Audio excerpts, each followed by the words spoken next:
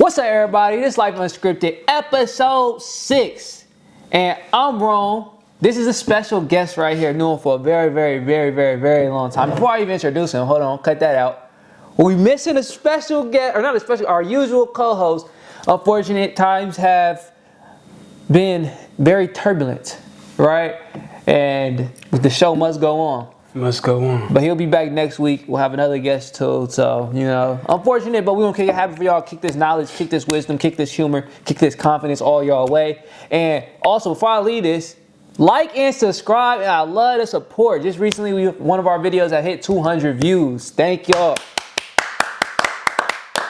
You know what I'm saying? Episode 6 right here. Like I was saying, this is a special guest right here. I know him for a very long time. He goes by Tbuff, the one and only. You know what I'm saying? Don't be fooled by Tbuff. It ain't because of the muscles. It's not. It's because of my last name. If you know, you know. If you don't, I don't know what to tell you. But what makes it crazy is it just fit with him. You know what I'm saying? Like, he said the name and then he became Tbuff. You feel me? He was Tbuff before he was Buff. Man, well, you better let him know.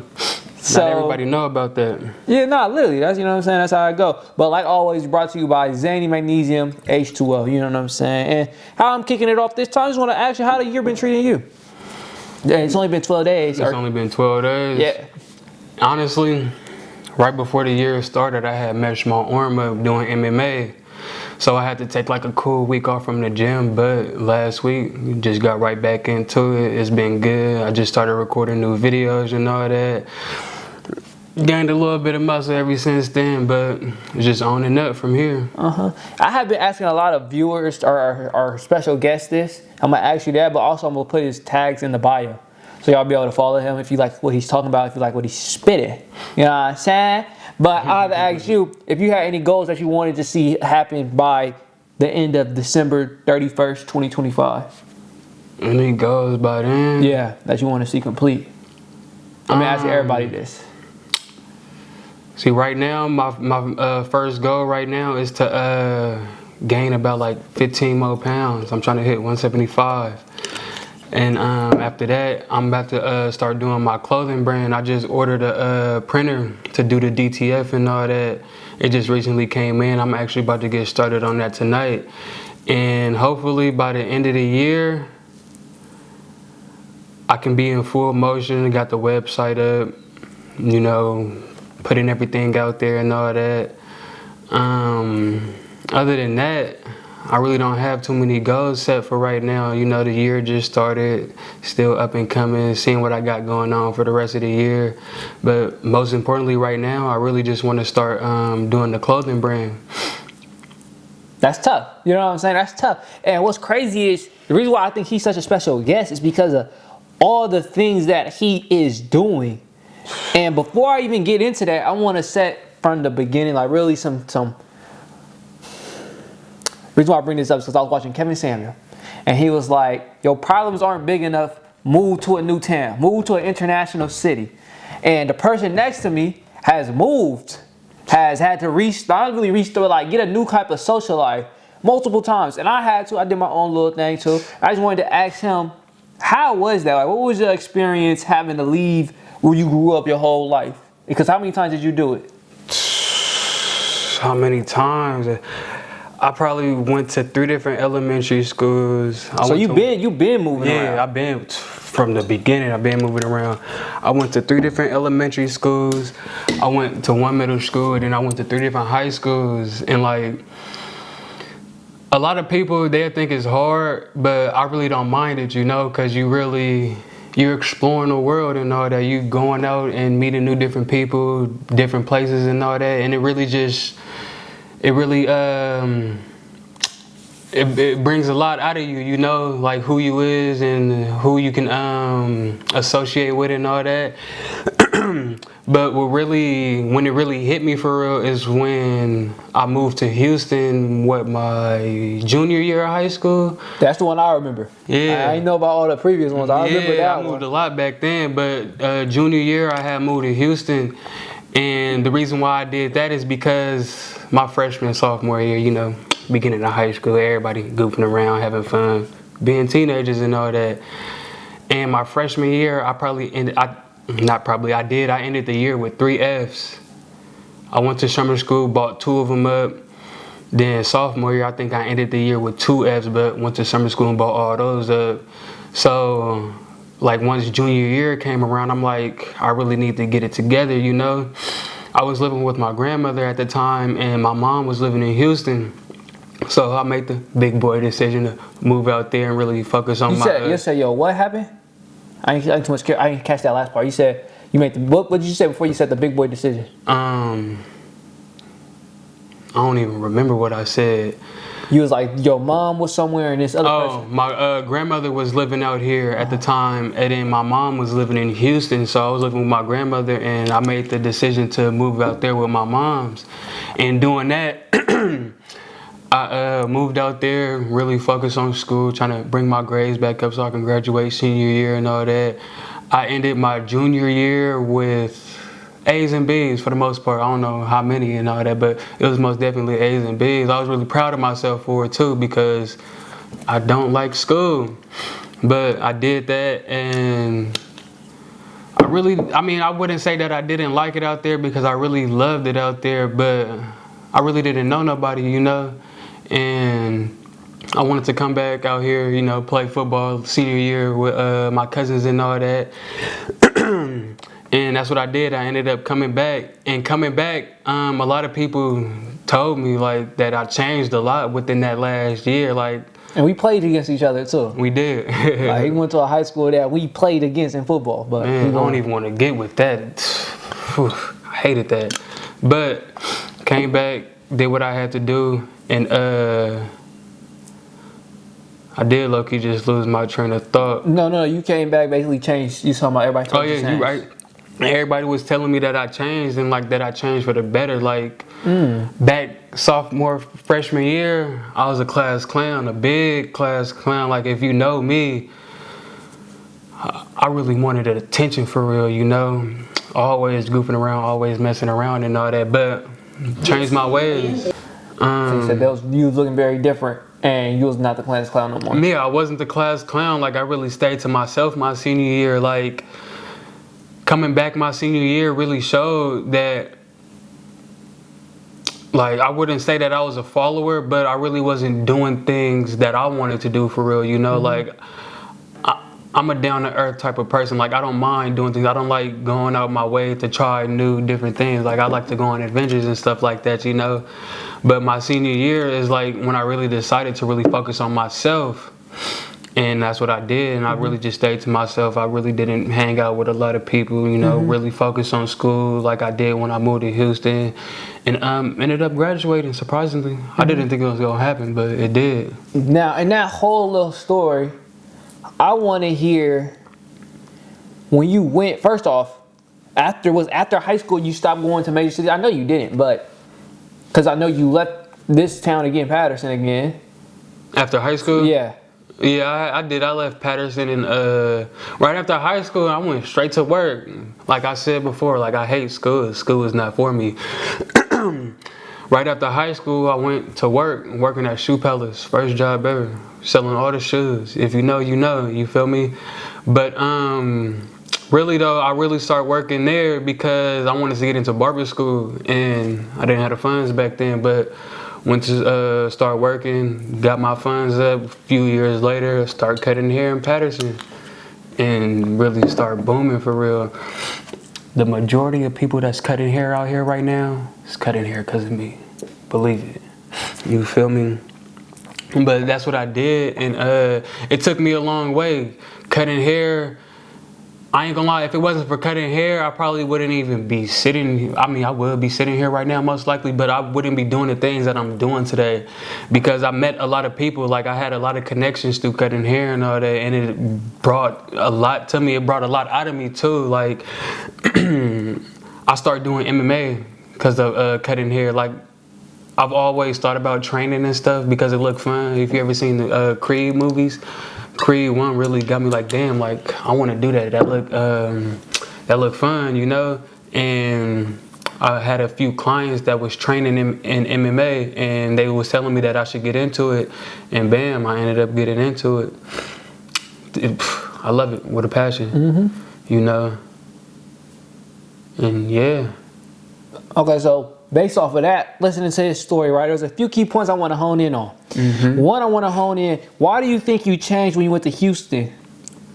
The reason why I changed because I went to Houston is because I didn't have a lot of distractions around me as I did when I was living in Patterson. You know, like I grew up with a lot of people out here. Especially I got a lot of family out here. You know, and that was a real big. It was a big distraction to me. Sad to say, but it was. You know, and then families. Hold on. Before we go any further, I'm gonna remember where you left off at.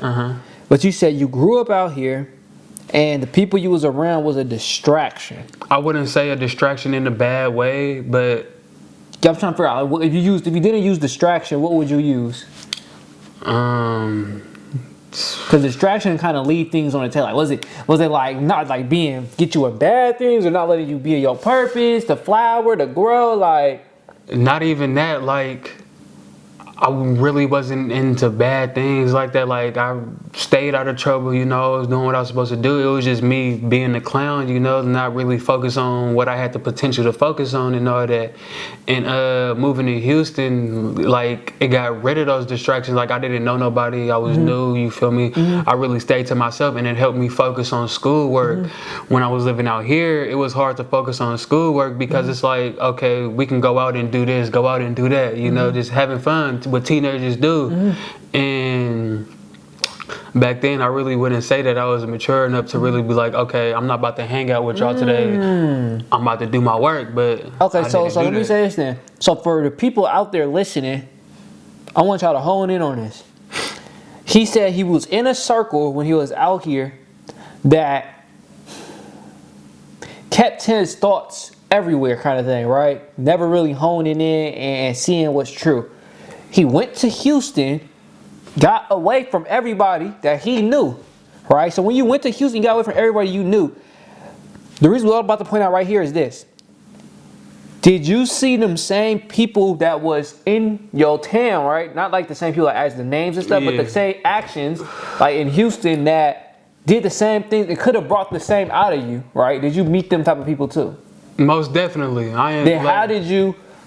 Like, did you recognize it? Said, I don't even, you know what I'm saying? Like, that's what I'm pointing out. Cause what people say is, when you move a city, it's not, the city ain't gonna change you. You have to change you. So even though you move, you're gonna still run into the same people. So what I'm asking him now is, when he moved, and I know he for sure encountered people similar to them, how did you keep your distance and stay on priority? It was really easier to keep my distance from the new people is because they were new people. You know, it wasn't my everyday people how I used to be.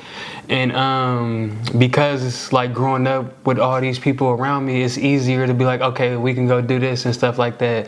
But meeting those new people out there in Houston is like, it was easier to really be like, nah, you know, like I'm cool off that. You know, it's really easier to focus on myself. And then off top of that, I really didn't surround myself around a lot of people. Like the only people I surrounded myself was people in my class that sat right next to me, or people in the track field and things like that. But other than that, I was really to myself for real, you know.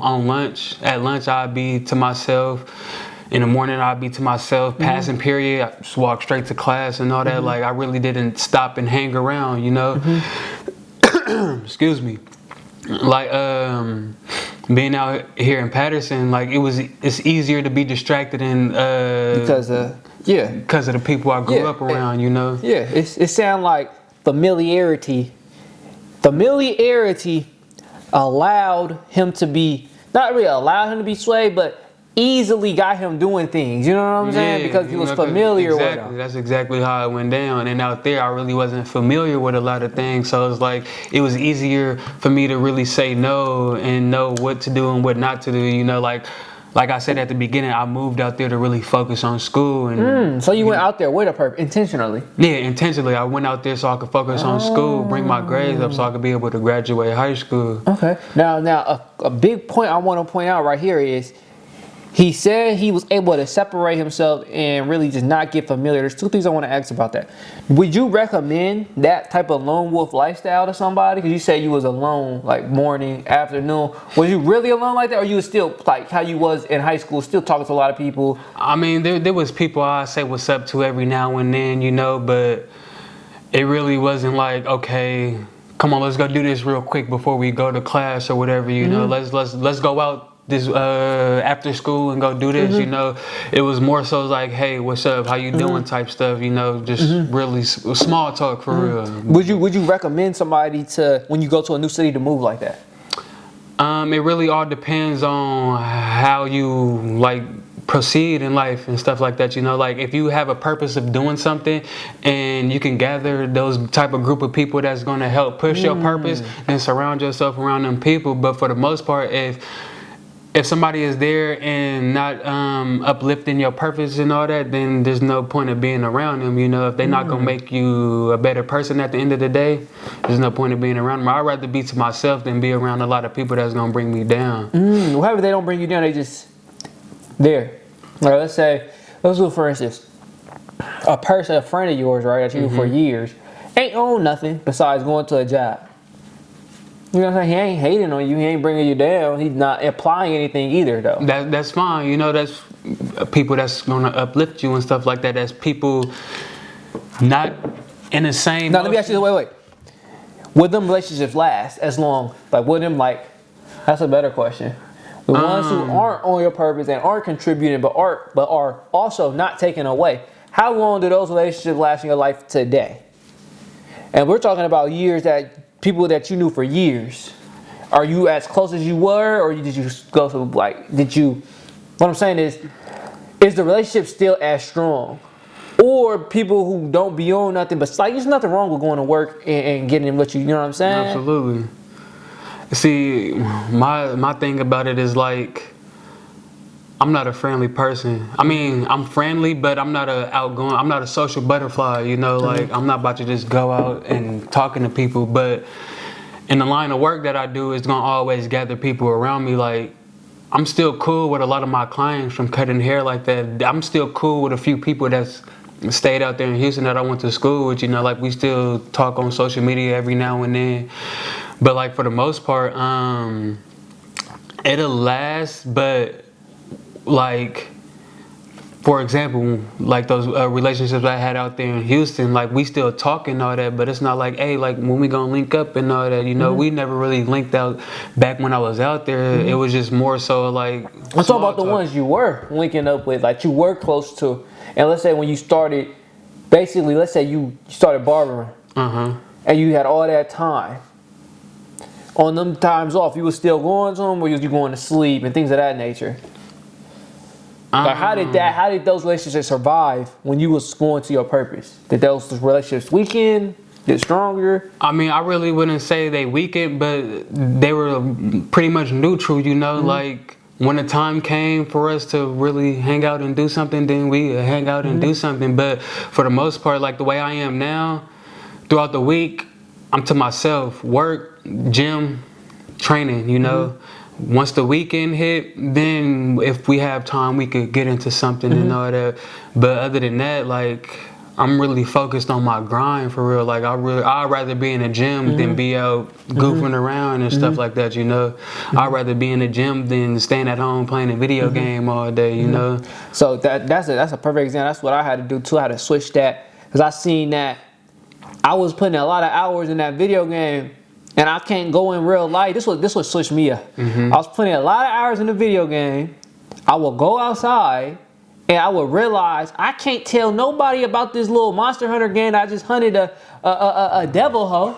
Ain't nobody gonna relate to that. Ain't nobody even gonna want to hear that. So I'm putting a lot of hours into something that ain't really, besides people who are in that, getting nothing out of it. And I was like, I need to live like a different life. I want to live a life where I can tell the story and it'll be interesting. Exactly. Like I went over here, went on this hike, 2-hour hike, and I seen this. That's interesting compared to me on a video game 4 hours. Yeah, I just dropped 20 kills on Warzone. Yeah, you see that gun? Like I can't. Basically, for me, I like to talk to women a lot. I really ain't talking to a woman about that unless she really like me.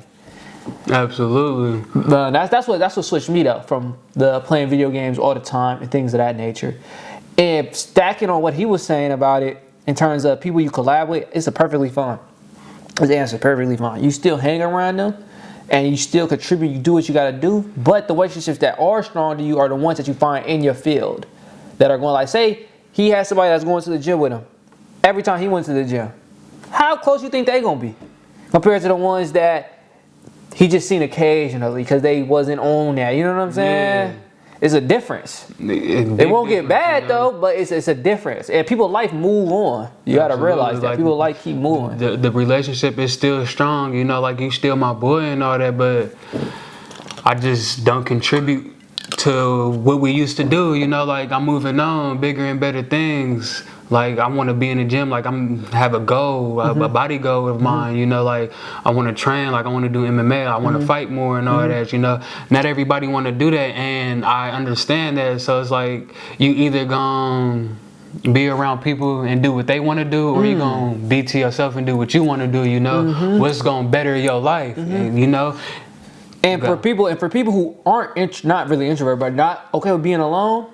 So you're gonna go through that period, but you are a magnet. You're gonna just attract people in that field. Like when I was in Oakland, first moved out there, had no friends, no nothing. I went to the gym.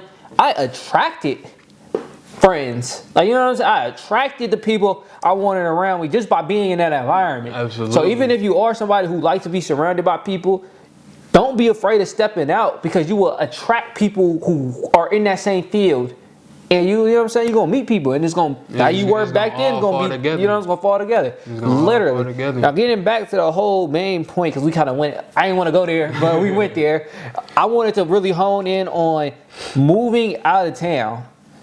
And what was your experience in doing that from Houston? And now I know you went to Oakland. And Modesto. I don't know how bad Modesto, because you're still pretty close. But I say Oakland and Houston, in the sense of like, you did it when you Houston when you was younger, and now you older in Oakland, right? Yeah. Like, just your experience on that. And I'll tell mine after his. Y'all got the experience of me going to Houston and all that. Now living in Oakland,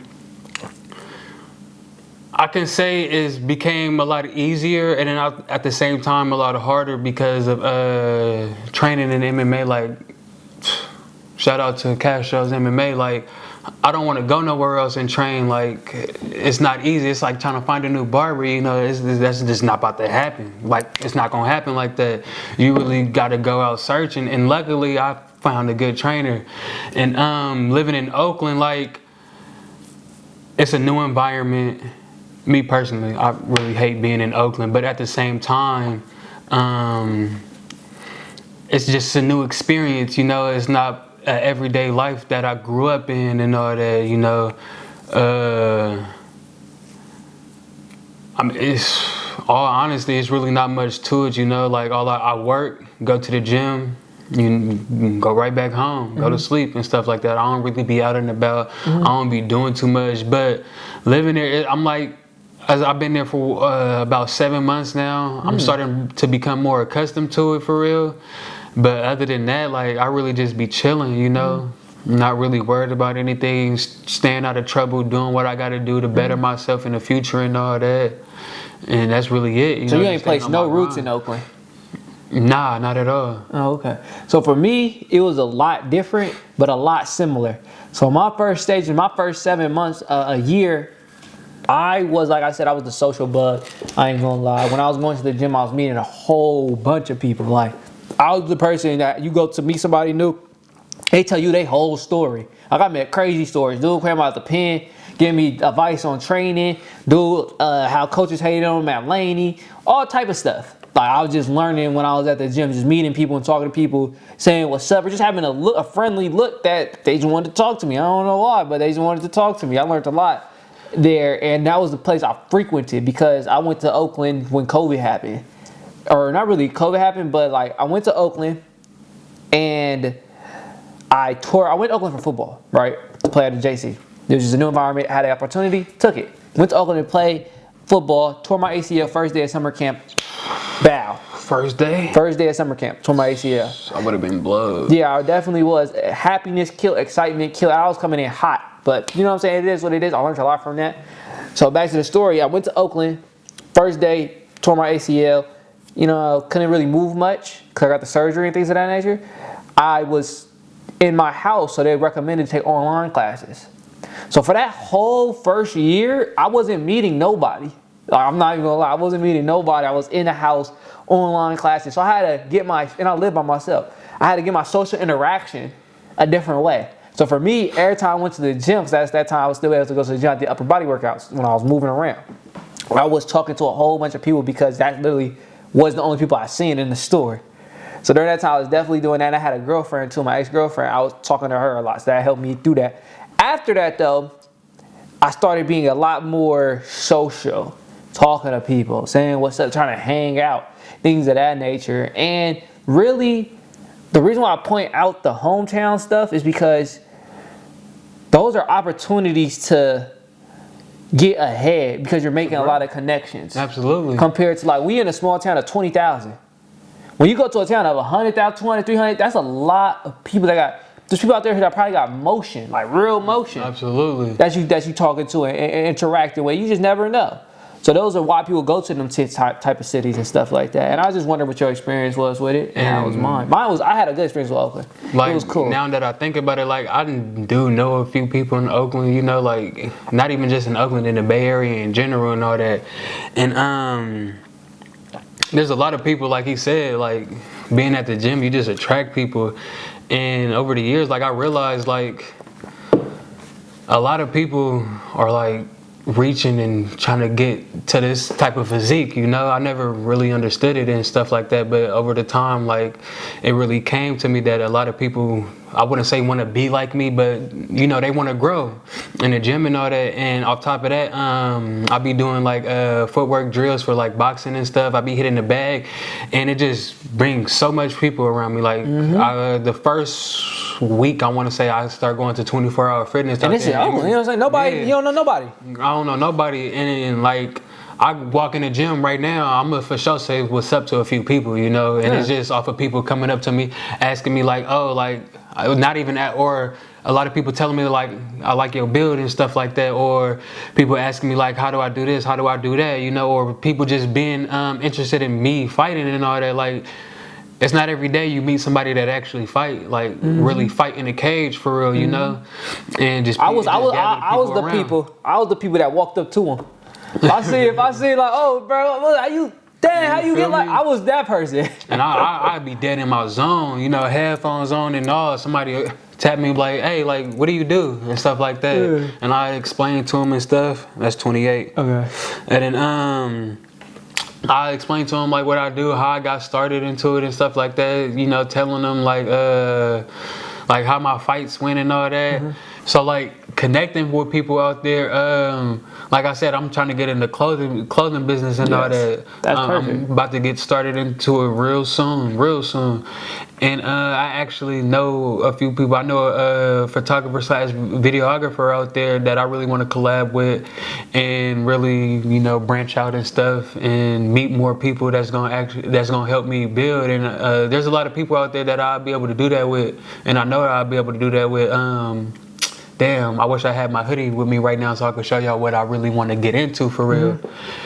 But and that's them cities is the perfect place for them because you meet. So even if he didn't want to go for the connections or had nobody, you could just sell it because the amount of people there. You could sell it to everybody and get a lot of follows. There's a lot of events that be happening. Absolutely, and that's one thing that always gather people's attention. Like when I wear my hoodie to the gym, a lot of people come up to me and be like, hey, I like your hoodie, where you get it from? And then I explain to them like, this is my brand, like this is me.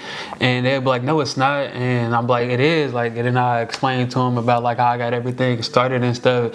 And that alone just brings a lot of connections from people. Like there's been so many people that came up to me about my merch, and that's when I first started it, it was really just like, oh, like I want to fuck around, excuse my language, I want to mess around and try this out, you know.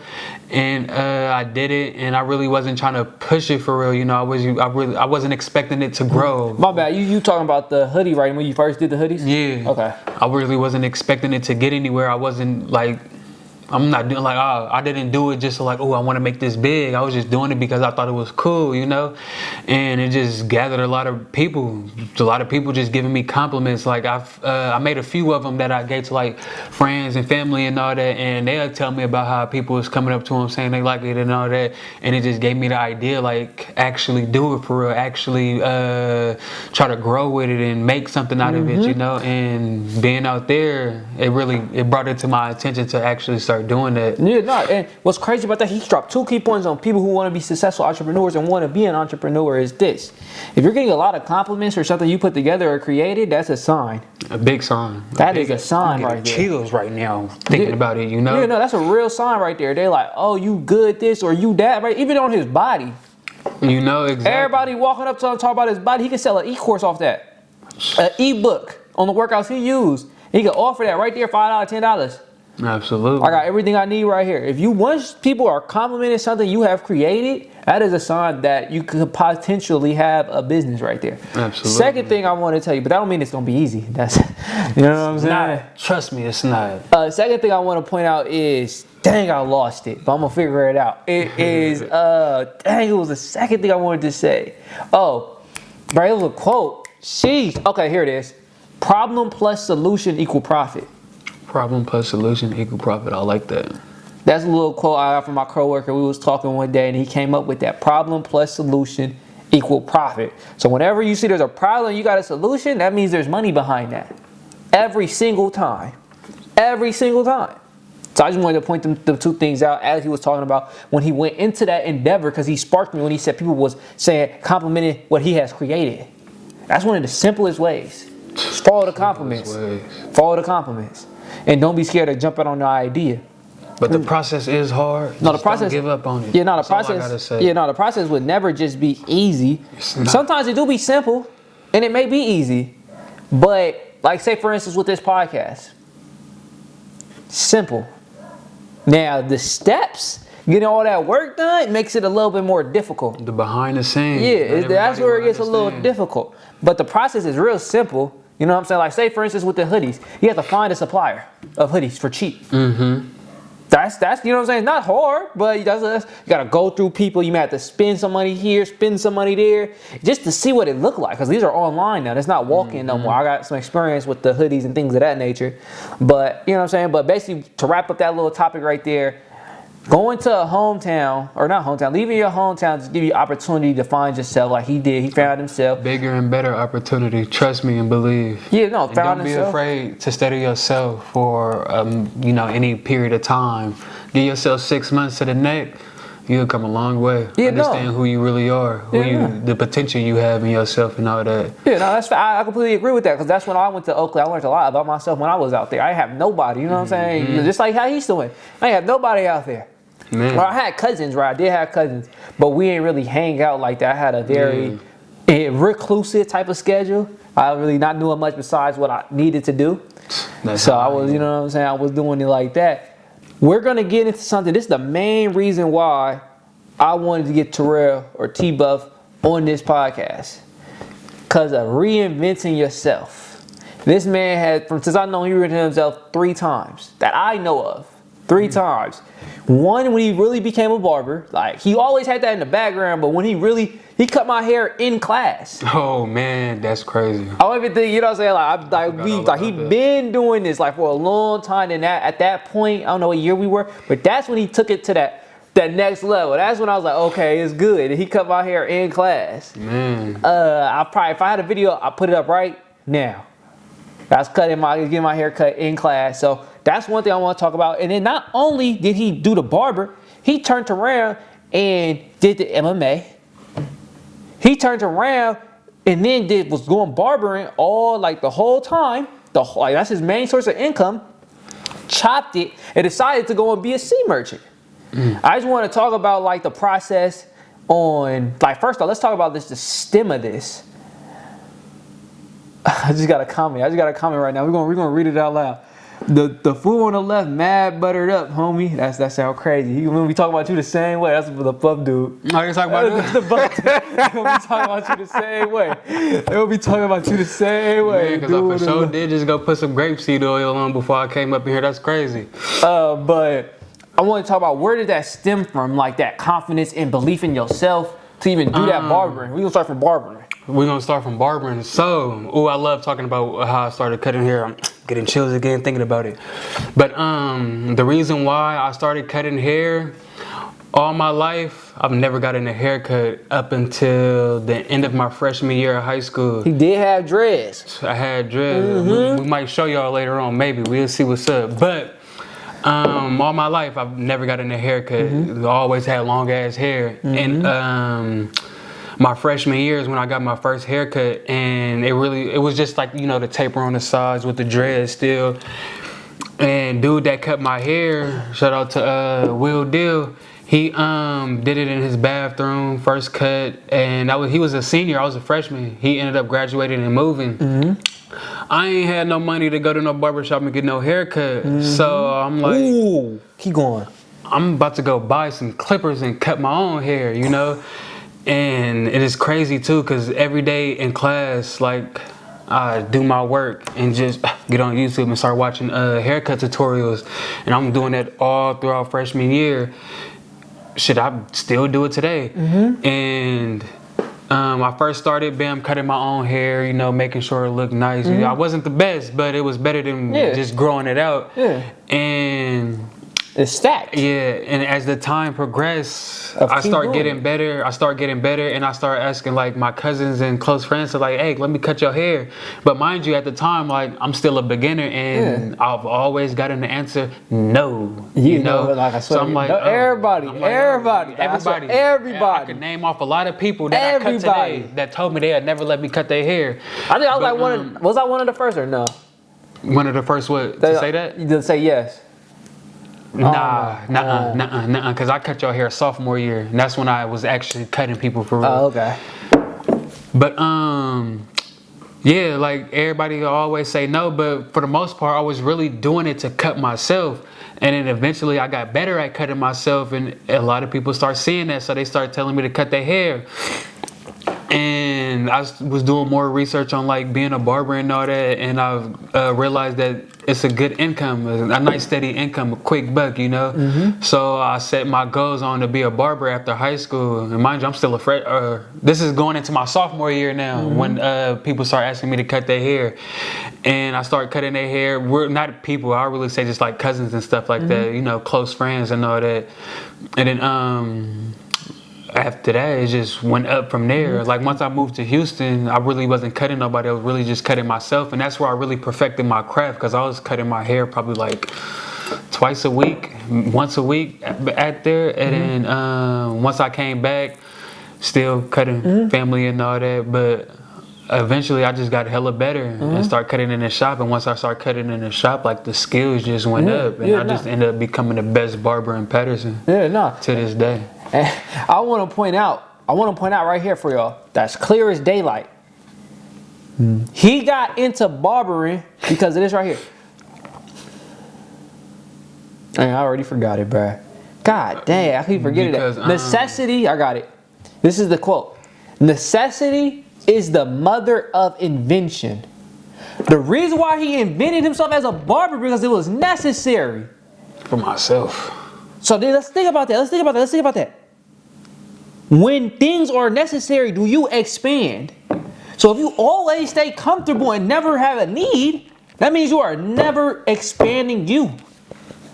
That's like real life. Do never settle. That's like real life. Necessity make you create something. Absolutely. Necessity is the mother of invention. And hearing that, he said he started barbering because he didn't have no way to get a cut. Couldn't pay for it. There was a need. Need to look good. Create. Satisfied that.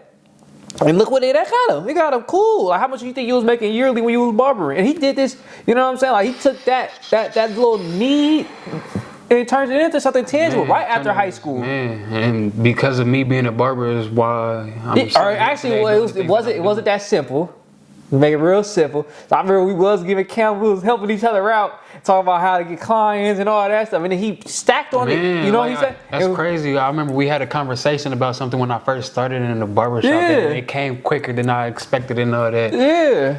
But like he said, you know, when you need something, it's gonna turn into something big and all that. And it just got me to where I am now. And like right after high school too. After high school. I mean, it wasn't right, but like, when did you really get into the shop? Because there really was no shops out here anyway, though. Man, the reason there's barbershops in Patterson today is because of me. Don't ever let nobody tell y'all different. Like, I promise you, like, there was a few people back in high school that was, you know, cutting out of their garage and stuff like that, but I brought it up for real. Like the majority of people cutting out here right now is because of me. The reason why there's multiple barbershops in Patterson right now is because of me. I put that in people's heads to open up shops out here. If I had the funds back then, I would have did it myself. But we all start from somewhere and we all gotta grow at some time. And what was the question again? And you'll also see right there, that's a lot of confidence. Oh, absolutely. You know I'm gonna stand on that. You need that too. To invent yourself. Grab all the best barbers in Patterson. Have a barber battle, and I guarantee you I will win. I don't care what hair texture it is, no, none of that. I will win. I promise. He ain't even cutting full time no more. I'm not, but I still got I was just pointing at it earlier. Like, I do this for real. I don't even want to get too deep into that. Yeah, nah, but I was talking about before I went into that, before you went into, you know what I'm saying, he's the best ever quotes or monologue. I was saying, I don't even know what I was saying, but I just know that we was talking about necessity is the mother of invention. Oh, how much you was making. And we was talking about that little process too, because it wasn't right after high school he just entered the shop. There was no shops. It was like it took longer than expected because the time that I wanted to get into the shop, quarantine had happened, and it really had set me back a little bit. And hold on, before we even get into that, right? What gave you the confidence to go through those battles? Like, I'm gonna stick with it, because you could have easily stopped and just did something else. Because we're like, it's my passion. Like I got it tatted. Like cutting hair is something like passion. I really love doing it. Like I don't do it because I need to. I do it because like I truly enjoy doing it. Like the process of starting a major transformation and turning it into something beautiful that everybody is gonna see. Like every head that I cut was always I wouldn't say always, but the majority of people were always satisfied. You know, you always got them little people that's but the majority of people was always satisfied. Like that too brought the joy to me of like cutting hair, you know, seeing the people smile after I handed them a mirror and all that. And damn, I just lost my train of thought. I was asking you what fueled getting past all those obstacles. Like you could have easily, because it wasn't right after high school. Okay, I cutting. Like I said, cutting hair was a passion for me. Like I wasn't afraid to fail at it. You know, it was just something that I've always wanted to do. I didn't look at it like, oh, I need to do this. Like, oh, I got to get better. It was like all of me wanting to get better and wanting to do it and all that. You know, so just. For it being something that I truly enjoyed doing, it really didn't stop me from proceeding into doing it, you know. I made it a goal of mine to actually get in a barbershop, like since my... You were setting goals back then? Absolutely, like people was asking me like what I want to do after college. I mean after high school. I told them I wanted to go to college for business to open up my own barbershop, until I realized that I didn't have to go to college to open up a business and all that. And so I just started cutting in the shop. But it's just been a goal of mine since I decided that I wanted to be a barber. Like I've always wanted to cut into I always wanted to go into a barbershop and cut hair, and that's what I did. Like I really didn't let nothing stop me. I didn't let no negativity stop me from doing anything that I wanted to do. It was just something that I truly wanted to do. So I just kept doing it, and it took me a long way. What is some advice you could give as somebody who achieved goals to someone who is setting goals and maybe want some insight or never did it before, on how to get there with the least setbacks, least amount of setback or wasted time? Really, you want to set a goal for yourself. Like give yourself a time period, a grace time and all that. Like for example, you say you want to achieve this in 6 months. Stay consistent on what you're doing to achieve your goals within that 6 months, and 9 times out of 10 it's gonna happen within the 6 months. You know, you just giving yourself a grace period of when I should do this by. Stay consistent within that timeline, and 9 times out of 10 you're gonna for sure get it before the 6 months.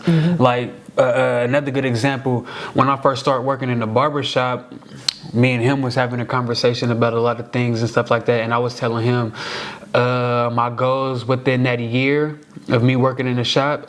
I wanted to get a car and I wanted to move into my apartment, and I gave myself a year on that.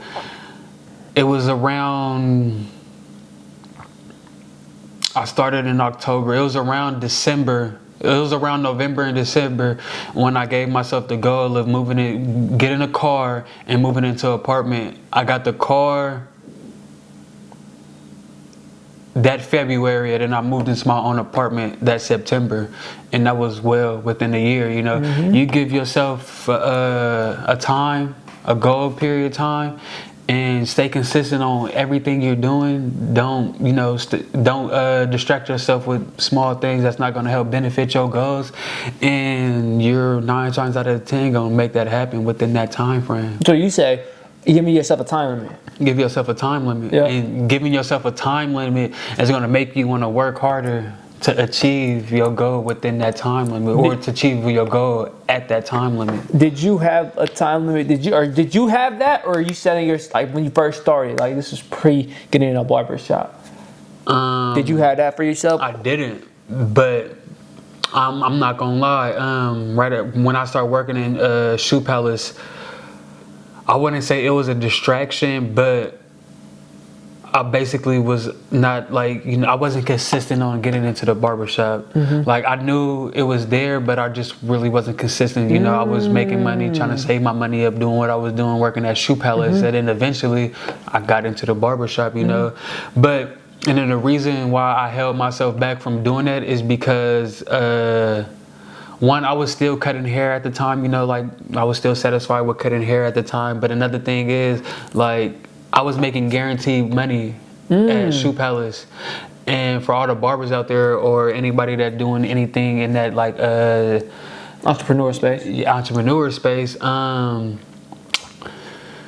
it's not guaranteed, you know, so it's at least not in the beginning. Yeah, in the beginning, it's not guaranteed, so it's gonna bring doubts. It's gonna bring some doubts into the mind and all that. And I had doubts that I wasn't gonna be making money like that. But one day I was just like, you know what? Fuck it. You only live once. Why not? You know. So you just got fed up. I just got fed up and not living in your purpose. And exactly, and that's exactly what happened. And then I did it. And that first week, I told myself I should have been doing this. Oh, really? Absolutely. Wow. And the owner of the shop told me the exact same thing too. Like before I started, he gonna be like, you gonna say to yourself that you should have been doing this, and he was absolutely right. Wow. Shout out to Wesley Wells. That's crazy. He said he been debating on it for a long time. That's not the only time I heard that either. People who got that hesitation to jump out the porch on their own 2 feet, like in their own vision, they finally do it. They said they should have been doing it. Absolutely. So with that being said, if you have anything in mind that you want to do on your own, entrepreneur-wise, just do it. Don't be stupid though. Just do it. Yeah, don't be stupid.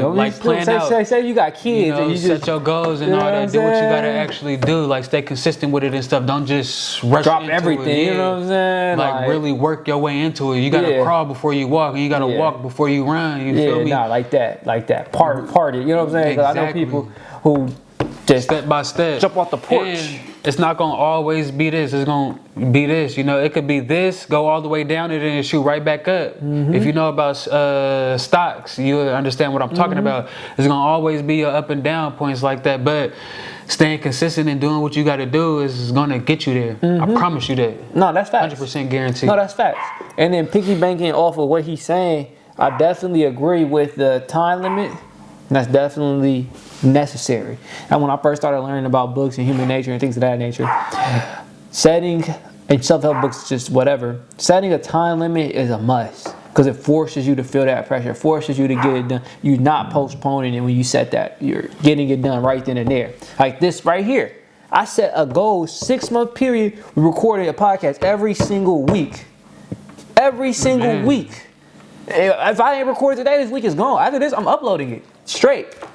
So there's no, when you have a time limit, it kind of forces you to move. Do what you gotta do. Focus, you know what I'm saying? It forces you. So I completely agree with that. So if y'all have a goal and y'all are ready to start moving, put a time limit on it too. Absolutely. And sometimes people say they even go to the point where they punish themselves for not being, or let's say like this, they punish themselves for not doing what they're supposed to do when they hit that goal. Let's say I set 3 videos a day. Me not hitting that 3rd video, I have to do something I don't like. Some people be cold showers, running in the cold, eating some nasty food, or only eating this, no takeout. Like, you gotta really put yourself in the pressure to make yourself move. Because what, necessity is the mother of invention. Then the second thing he talked about was just doing it. Just doing it. I agree with it. I always had that mindset, just do it. I just seen people just took it too far and then didn't gracefully get into it. They like kind of just kicked rocks and then, you know what I'm saying? I got a quote for y'all real quick. So yeah, I definitely, and then to make another one on that for everybody out there that is chasing goals, is have a plan. Have a fucking plan. That's like number one. Prioritize plan A before you put any faith into plan B. Yeah. Not literally. Always remember that. Not literally. If you have a plan B, what's the point of having a plan A? That means you already expecting plan A to fail. Mm-hmm. Prioritize plan A before you put any faith into plan B. He said basically what that means is make a plan. Don't double plan, adjust. Just adjust. You know what I'm saying? Like, how it is going on. And then there's one thing I learned in poker when I was playing poker is let them scare you, don't let you scare you. When you have a plan B, you're letting you scare you.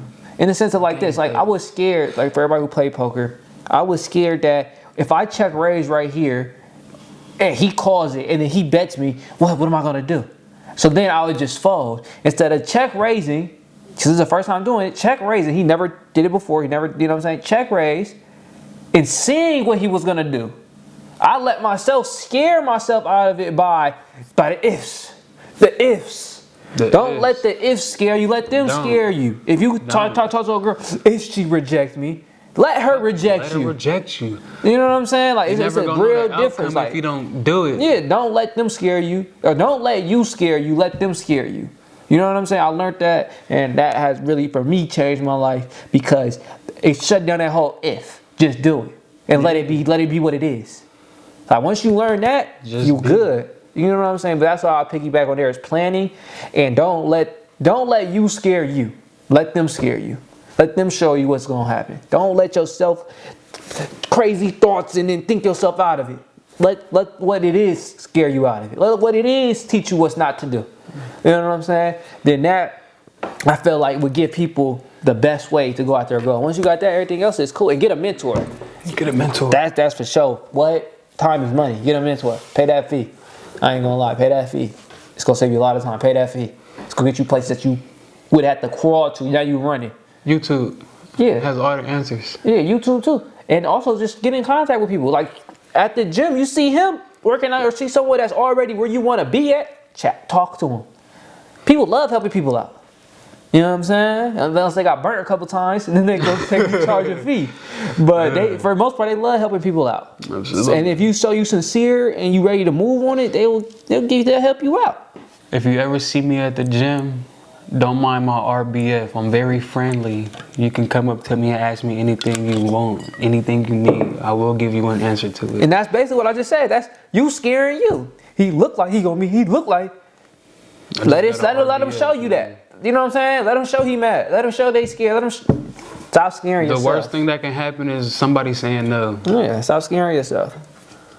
Because the no gonna do this. Stop scaring yourself. Now, bringing back on to reinventing yourself, I want to really tie this in because this was the whole first topic was about reinventing yourself. And basically, from what I've listened to his story and what I have gathered, it takes confidence. It takes purpose. It takes like a passion. He was able to, and it takes for him in this avenue, it was a necessity. Mm-hmm. That made him reinvent himself. And I don't want to just stop there. I want to add on to that because what made you stop doing a barbering and go be a seamer? Or really, what made you do the MMA? Was it that same passion that you felt when you started boxing or barbering? So what made me want to do MMA is because before I even started doing MMA, I was in the gym and I was really working out. Like I started off at like 140 and I don't know how much I was weighing at the time of me doing MMA, but I love a great challenge, you know, like I'm very active, like I gotta be on the move, I gotta be doing something, like I can't just be staggered and stuff like that. And is that what you felt when you was barbering for that long? You felt that stability? Explain that question. Because you said you felt yourself stagnant and not challenging. when you got to that point in barbering where it wasn't that much of a challenge no more, you felt like the martial arts made that, or this is something completely different? I can say it's something completely different. Okay. Like the barbering is it's always been here and it always will. Mm-hmm. Now with MMA, I honestly didn't get into MMA to start fighting in a cage. Like I've never ever expected myself to fight in a cage, but the workouts and the training look challenging. Like I said, I watched Creed 1 when it first came out in the movie theaters, and I'm watching him train and all that. I'm like, damn, that looks fun. It just looked fun, you know. Nobody ever told me like, hey, do this, do that, da da da da. None of that. I just chose to do it on my own, and. Like I tell my clients about it that was actually doing MMA, and they told me that I should give it a try, and it was probably like Friday, I believe, and that Tuesday, the next Tuesday is when I started training and stuff, and I was training just to give myself a challenge to do something that I've never done before, and I want to say a month in is when I went to go watch one of the dudes that I was training with. His name is Joey. Shout out to Joey. I went to go watch him fight. He won that fight. And watching everybody else fight inspired me to actually get in the cage and do that because it looks fun, you know. And 7 months later, I got my first fight. So what it sounded like to me was just making it very essential, breaking it down and the keys of that.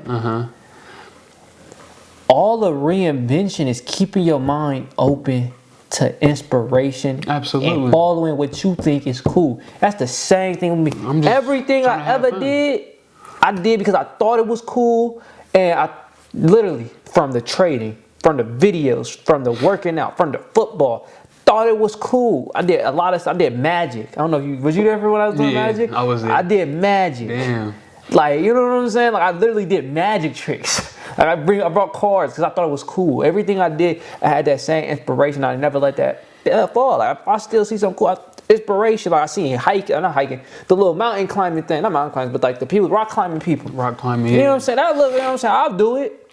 You know what I'm saying? Like, I never stop being open-minded. Yeah, you got to be open-minded. You know, try new things. Don't be staggered. And I feel like that's a key to reinvention. To never stay stagnant is to always keep your mind open, eyes open, ears open, mouth closed, absorbing, looking like, you know what I'm saying? Like people like, oh, that look cool. And don't just let it sit at that look cool. Actually do it. Just try it, you know? Actually do. That's what he did with he didn't get in the cage because he saw himself in the cage. He got in the cage because he did something that he thought was cool. And then stacked it and said, I feel like I could do that too. And then went in and did it. You feel me? That's all it took. Now he got something under his belt. He did 2-3 cage, or I don't know how many years, but he did his cage fights. I've been to one, you know what I'm saying? I didn't go to his other 2. It was out the way. But yeah, he been, you know what I'm saying? It was 3. So that's tough. 2-1. Yeah, that's tough. Really 2-0. That's tough. You know what I'm saying? So that's just. It's really all about having fun, you know. Like you never know if you're gonna enjoy it until you try it. You feel me? And don't be afraid to try new things. Let me ask you this. This is key because because what I hear is people try hard to reinvent. I feel like it shouldn't be something that you try hard to do, in the sense of like. They're just doing it. You gotta let it flow together. That's exactly what I'm saying. You gotta let it flow. Like my number one thing is I'm gonna hop on this boat and let the waves take me wherever it take me. You know, like I said, I'm very adventurous. I don't mind trying new things. Like don't just reinvent yourself. Just thinking I'm gonna reinvent myself. Like do things you like. Just do something, and that's you like. naturally gonna reinvent you. Don't do things you see other people doing and you think it's cool. Like do things that you actually truly enjoy. You know, like. Or let me switch that for you because you kind of threw it all. You said don't do things that other people are saying are cool. Do it because you think it's cool. Yeah, basically, yeah, absolutely. Because you said you think it's cool. You said don't. Okay, y'all know what I mean. You feel me? Thank you for correcting me. But yeah, you know, if you find something fun and if you find something that you think that you will enjoy, do it. You're not gonna know if you're not gonna enjoy it or not until you don't let nobody dissuade you. Absolutely not. Like say I go to somebody like, hey, I'm about to go get into MMA. They tell me no, you gonna go up in there and get your ass beat. What? Damn, I don't even want to do it no more. You ain't got no faith in me. That's real life. It's not what it's about. That's you real know, life. if you want to do something that you want to do, exclude everything everybody else is talking about. Do it for yourself. Don't do it for other people. No, that's facts. And also, if you know yourself. If you know you the person that is weak-willed and around the group mentality kind of matters to you a lot, don't tell them. Yeah, don't tell them. Just do it. Pop out. Do it. Exactly. 6 months. Do something for 6 months. Let's say MMA. Go train for MMA. Don't tell nobody you training. Don't tell nobody you doing MMA. And then pop out with a surprise fight, a surprise victory, and then everybody gonna look at you like, "Whoa, when did you start doing that?" Like, "Oh, whoa, like da da da da da." And them hit hard. It hit hard. Like it hit hard. Yeah. Like when I first started working out, I always tried to get people to like work out with me, go to the gym with me, but nobody was. That's when I was small too, but nobody was really ever into it. But after a couple years, getting jacked, a lot of people hit me up asking me to get in the gym and stuff like that. No, that's real. Like. And what we're basically essentially preaching and saying is people take this reinvention way too, like it's too formal for me. Basically, all we're doing is adding layers to ourselves. I just realized that right now. That's all we're doing. He added the barbershop layer. I added a videography layer. I did that. Literally, we both simultaneously left high school. I started later in the sense of like, I've been doing this. It was my first, like really my first fit to the camera, my first ever edit. This is how far back we go. Remember we did the super speed? Yes, that was my first ever edit. Like for real. That was my first ever real edit. I was like, bro, you do the super speed video. I don't have it no more. Unfortunately, my email got hacked. I might have that video. Damn. Yeah, I gotta go look back in my emails. Yeah. Because that was a real thing. Like that was one of my first ever. Like, you know what I'm saying? That's like back when we went on the jet skis. That was before then. Back like, in the day. You know what I'm saying? I was like, that was like, you know what I'm saying? That was my first ever doing it. And and now look what he doing. You know what I'm saying? Got a whole podcast set up. By myself. I took it. I did 30-something music videos. I did a lot of work, basically. The camera made me a lot of money. Got a lot of product over that. But all I did was add a layer, right? I added the camera work. He had the barbering. And then he added the working out. I been had, because it was before that. Football. Man, football. That part. Then the working out came with that. Then I added the film. Now I'm 2. Because I remember, one thing I want to say is, for everybody out there, the athletes and everything, that PTSD you feel when you stop playing is real. You don't know what to do with your life. I don't even watch NFL no more because I miss it so much. What? Because it's like you put so much time into it. It's like you only thought that was going to happen after the plan A. You know what I'm saying? You only thought that was going to happen. So then when it just abruptly cut off. Oh, and it's crazy. I'm sorry to cut you off. Like, back then, people ask me, what do you want to do when you get older? I want to go to the NFL. Same. What you going to do if that don't work? That's not the type of, what do you call it?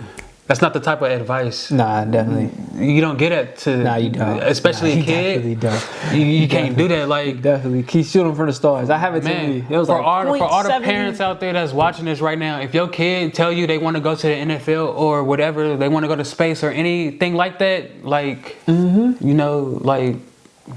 Now, let me say this real quick. Now, don't blindly say things like that and not supported by the work. Yeah, you got to be a supporter. No. I mean more so like the person. Let's say you say you want to go to the NFL. You're old enough now to know actions have results. Absolutely. You're 16 years old, 15. You say you want to go to the NFL, but you're not doing no training. I want to lose weight, but I'm sitting on the couch playing a game all day. How can you expect other people to even try to support you? So how could you be mad if, you know what I'm saying? That's what I'm saying. Okay. Now, I would say if you're that parent, support them. But once you see their actions ain't leading to that result, have that like you this ain't, you know, something got to change. If you're giving handouts, that in a sense. You got to support your children. If not, they ain't gonna know what they want to do. Yeah, but I would say, like, you know what I'm saying, like, don't let your children be unrealistic. Absolutely. Like everything's realistic. If there's a will, there's a way. You know what I'm saying? Like if you they put your mind to it, you can do anything you want to do. That's facts. That's 100%. You want to fly, you're gonna fly. With certain, you know what I'm saying? Absolutely. You're gonna fly. You're gonna make it happen. You're gonna make it happen. You're gonna make Necessity it happen. is the mother of invention. But what I was saying was, Make it make sense. Like, you know what I'm saying? Like, this is for the people who say things and not backing it up. Like, I want to be this, but then ain't doing nothing to be that, but keep saying I want to be that. Like, and then you get mad at people for not supporting you. Like stop that. Let's stop that completely. Let's stop that completely.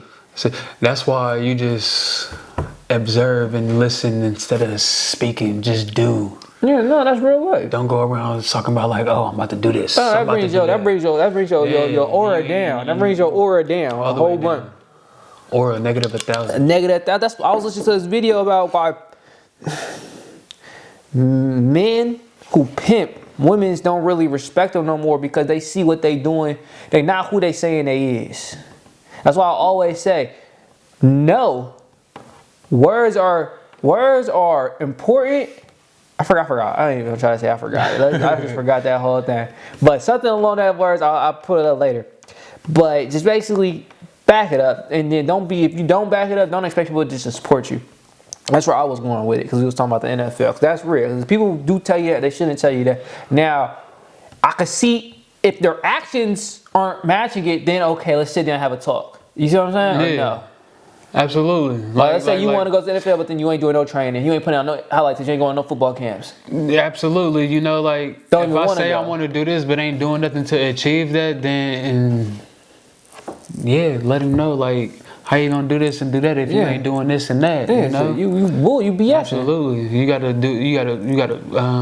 walk that talk or talk that walk. However they say it. Yeah, no, that's real life. You gotta do what you gotta do. You gotta do what you're speaking on. Yeah, no, going back to the whole thing about reinventing, and this should come natural. Like, you shouldn't be just chasing it to chase it. It should be natural. Like for me, the football, then the video, then the what else did I do on top of that? The trading. Then I did painting, but that one not. You know what I'm saying? It's very small. It ain't nothing crazy, but that's basically me right there. That's my layers in the field of that sense. What would you say are yours? Cutting hair, obviously. Working out, doing MMA and stuff like that. I got another one I'm about to add to the table. Clothing. That's tough. That's tough. You just gotta add to it. Later and I run the business. Yeah, and I run the businesses. Man. Like doing ads, like that's really. My employee. That got me. Yeah, that's real life. Absolutely, it's real life. That's real life. Man, no. Exactly. It's just really. Growing, upcoming and stuff like that, doing bigger and better things, just growing at the end of the day. And it's just beautiful to see, we all start from somewhere and just seeing the progression over the years and stuff like that. Like, it's beautiful. Like, I really love to see it. Like, I don't care who you is or what you're doing. I don't care if you hate me or what is going on or whatever. Like, I love to see people grow. Like, that's just, it's a beautiful aspect in life. Watching people grow, watching the transformation in people and stuff like that, Like, Nah, document that process for sure. Because when you look back, it's going to still be there. And then going off that topic, just let it reset real quick. Just going off the topic. I want to talk about keeping the mind limitless. We had a whole bunch of examples on reinventing yourself, going to a new hometown, things of that nature. I bring up the keeping your mind limitless, and I want your input on this. Because listen to this. When I was at college at Laney in Oakland, I had a friend named Monty. We played basketball. This man is like 6'4". I'm not tall. We played basketball. He like, let's 1-1-1. Let's 1v1. I said, nah, bro, it's going to be a mismatch. Automatically losing. You see what I just did there? I automatically lost. He already put it in his brain. Oh, what? Mismatch. And that I was alone just brought all the confidence down. Oh, everything. And that's why I brought that quote. Let them scare you, not you scare you.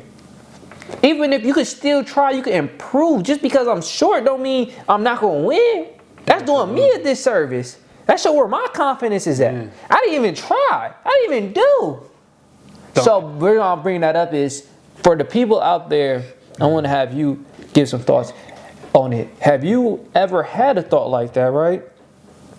And I just want to ask you, have you ever had a thought like that where you didn't think yourself as Like, you know what I'm saying? Because that was not a big point out either, though. That was like something very subtle, like just me thinking like I wasn't gonna win. It's not a limitless thought. And I wonder if you had any of those nature. Shit, like all real talk. If you expect disappointment, you will never be disappointed. And with that being said, a lot of people say that's a negative way of thinking. Yeah, but at the same time, like, say for instance, I got a fight coming up. I know damn well that I'm not the best at everything I do, and that there's a possibility of me losing this fight. I'm not saying that I'm expecting to lose, but I know there's a possibility that I will lose. I'm not going to let that bring me down, though, at the end of the day. I'm still about to go into this fight and give it my all. Losing a fight, knowing that I gave it my all, I will totally be satisfied with that. Like, I wouldn't mind it at all. Like, the fight that I lost, I gave it my all. Like, I was winning both the first 2 rounds, and I lost to a doctor's stoppage and stuff like that. That was my second fight. I won my first fight, but I say that I fought better in my second fight. I tried my hardest in my second fight. I tried my hardest in my first fight, but I feel like I did more in my second fight, but I lost that fight, and I was more satisfied in that fight than I was in the fight that I won. You feel me? The third one? Or are you talking about the first? The first one. Okay. I wasn't as satisfied in the first one. I felt like I could have did a lot more, but in my second fight, I was more satisfied in that one, even though I lost and I was in the one that I won. You feel me? Expect disappointment and you'll never be disappointed. But at the same time, try your hardest. Give it 110%. You feel me? Go all out. You know, but there's still a possibility that it's not going to go as planned, but you won't be disappointed at the end of the day. You feel me? You know, things like that. When it comes to, like, you know, being limitless, that's what you said correctly. Okay, like, everybody has a limit, you know, but don't ever let your limit stop you from doing what you want to do in life. Like, one of my favorite quotes, and it come from an anime that I love. Shout out to the Virgos. Captain Yami has said it in Black Clover. He said, quote unquote, "This is where you got to push past your limit. Because if you don't, your path ends here." If you don't push past your limit, there's no telling what you can do with yourself, you know. If you just ran a mile and you stop because it's that mile, because it's that limit, there's no telling us how much more you could have been running because you just said, oh, let me just stop at this mile, you know. You got to push past your limits to really get further in life with yourself, physically and mentally, you know. Now, real quick, I want to talk about that real fast. It is difficult for a human. This is the same thing right here. Listen to this. When you use a bathroom and you do number 2, you don't smell it. You leave, like, while you're in that room, you don't smell it. You leave, somebody else come in, they smell it. And you may be able to smell it when you come back in. But in that room, you don't smell your own boo-boo. But you could also, let's say me and him was running, for instance. I could point out where he could run more. I could point that out. Like, bro, push yourself. I could see it. So basically what I'm saying is you have to get to a point in your life to come where you're able to point out on your own. I could do more. And if you're not there yet, get a coach. I'm gonna keep it all the way 100. This is what coaches is for. Absolutely. They're there to push you. When you're not able to, because you're not, like, I'm gonna keep it 100. Nobody's at a mental capacity, and some people can do it, but why do that when you got somebody else do that and instruct you, and you just follow the instructions and do what you gotta do? Because it's tough creating and following and pushing. You know what I'm saying? But you don't want to be overly relying on it either. You don't. So you want to get to the point where through that, and you have that as luxury, but you want to be able to smell your own boo-boo while you using the number 2. But, like, you know what I'm saying, using that like, you know what I'm saying? It's all in the mind. Yeah, for say real, like, you know? for that mile. Me and him ran together, and he not huffing and puffing. I could easily tell, bro, let's do more. Let's do more. But he by himself just, okay, it's damn, my mom, I'm cool, let's go. You know what I'm saying? That's why I'm saying get a coach. Like, when it's in that situation, absolutely. Especially if you're new to it, get a coach. Because they're gonna be the ones to push you. That you're gonna need to get you to that next level. Get a coach. That's why I always say, pay for the knowledge. Like, you know what I'm saying? Don't be cheap on it, or really just do what you can to get the knowledge. Add a value to that person's life in a way that you could give it. Like, for me, I got so many things. You want to shoot anything, I got this. If you want to do this, I got this. If you want to create this, I got this. You know what I'm saying? Don't Do what you got to do to get that person, because it's going to make your growth 10 times faster and the learning curve 10 times faster. Now, I want to say this about what you were saying before about really talking about it was pessimistic. That's the word, the thought process you was having. Not really pessimistic, but like expecting, I think that's the Murphy's Law, expecting everything like to go wrong and things of that nature. Disappointment, you will never be Yeah. I disagree with that when it comes to solo performances. 100%. And if I get that disappointment, it's gonna make me want to go even harder the next time. Absolutely. 10 times. Absolutely. So I just personally, you know what I'm saying? When it's solo, I put all the work in, have as much confidence as I can muster in myself. Like I'm talking crazy as I could in myself. And then go out and do it. When it comes to relying on other people, I get where he go, pessimistic. When I cannot control the result, poker for instance, I could do everything right and still lose. Can you imagine that? Yeah, you absolutely. Did everything right and still lose. In UFC, he did everything right and still got robbed or in the cage because the judges. So you gotta learn to, when it's out your head, you gotta learn how to be okay being helpless. You do. You don't have control over everything. You gotta be one with yourself. You gotta be able to control your emotions and all that, your thought process. You gotta be able to know how to move on from a lot of things. You know, like not everybody know how to do that for real, but it just shows how better of I wouldn't say how better of a person you are, but how more in tune with yourself you are, you know. Like not everybody have that with them. Not that. And I want to add on to that. Learn to be okay being helpless. Also recognize when it is time to make a change. Don't be overly okay with being, you know what I'm saying? That's just how it is. Yeah.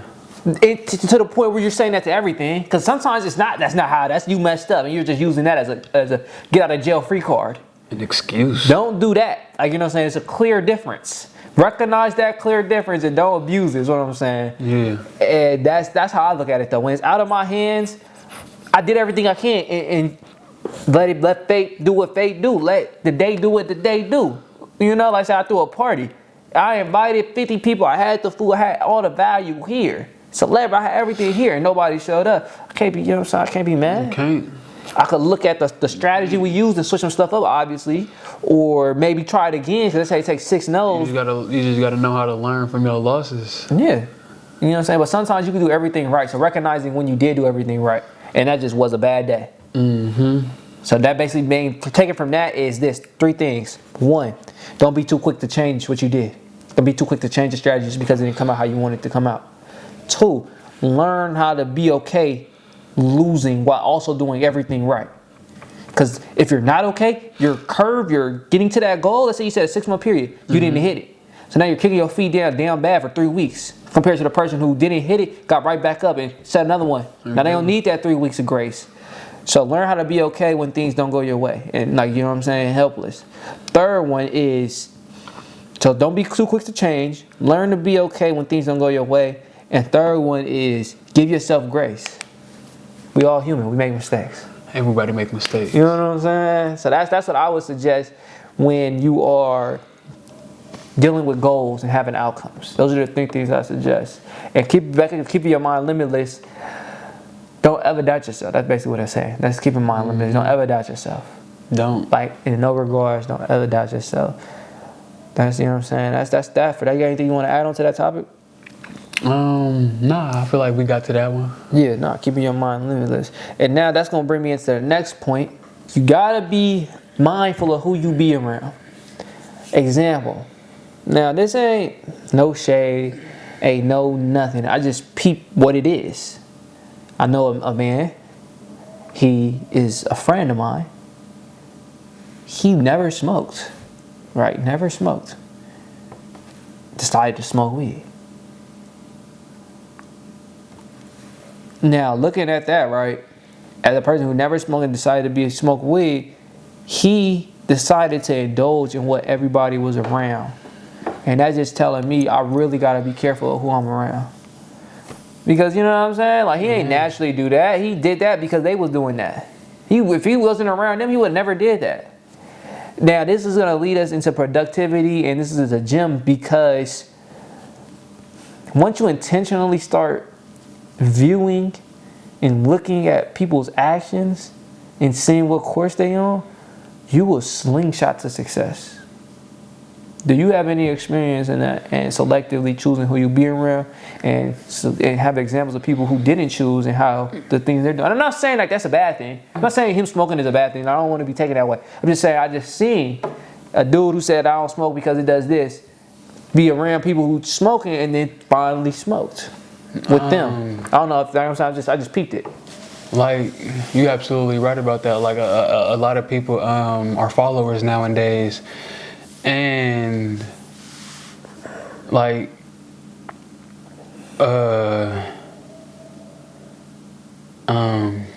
damn, I just lost my train of thought. You said a lot of people are followers. Yeah, a lot of people are followers, and like, the only way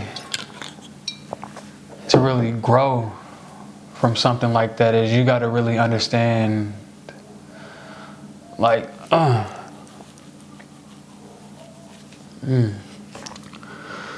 how can I put this? Yeah, it's too short for me to try to finish it for you. Nah, yeah, I feel it, but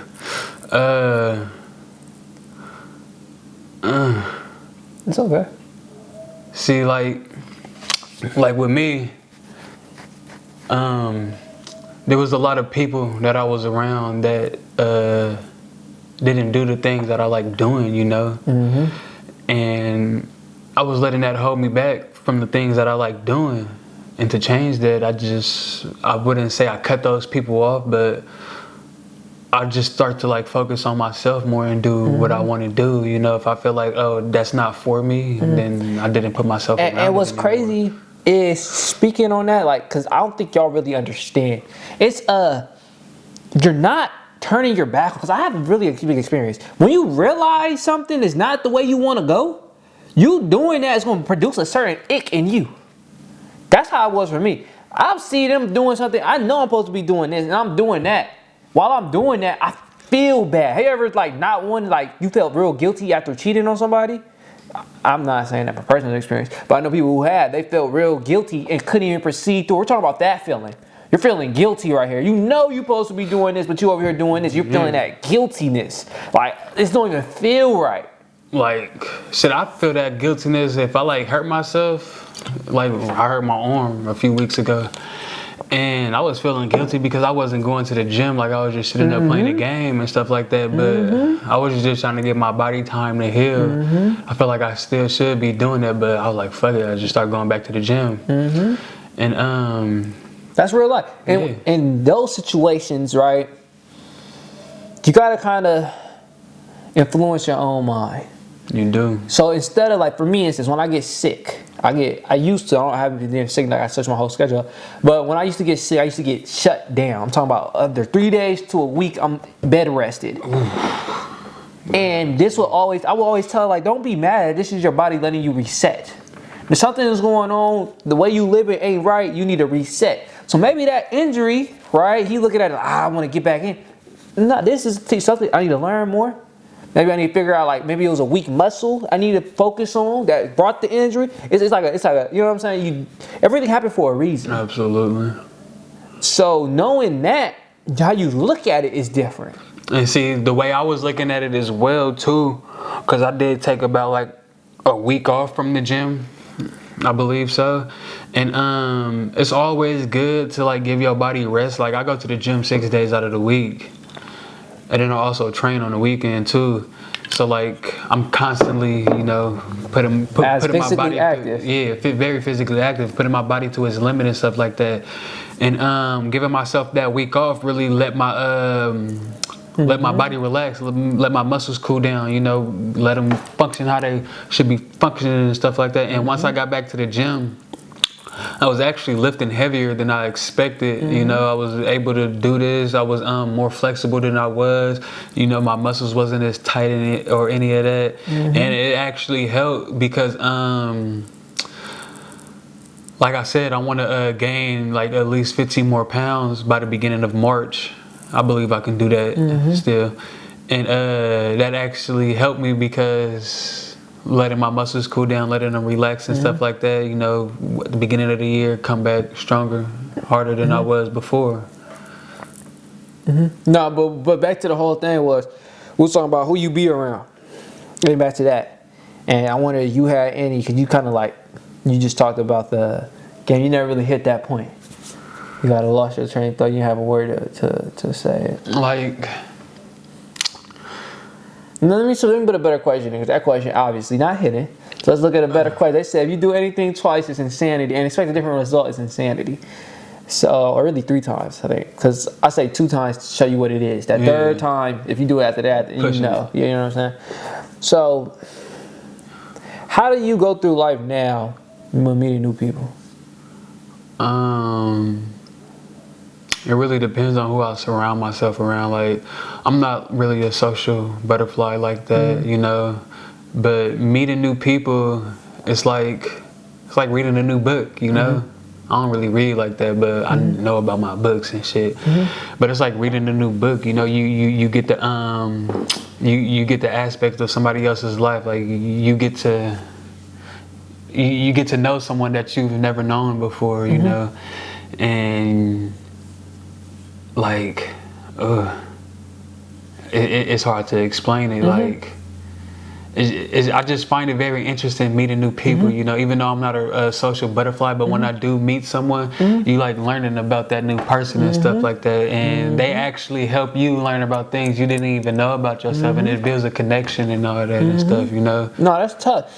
And for me, when I go out and meet people, I am very observant on how they spend their time, where they spend their money.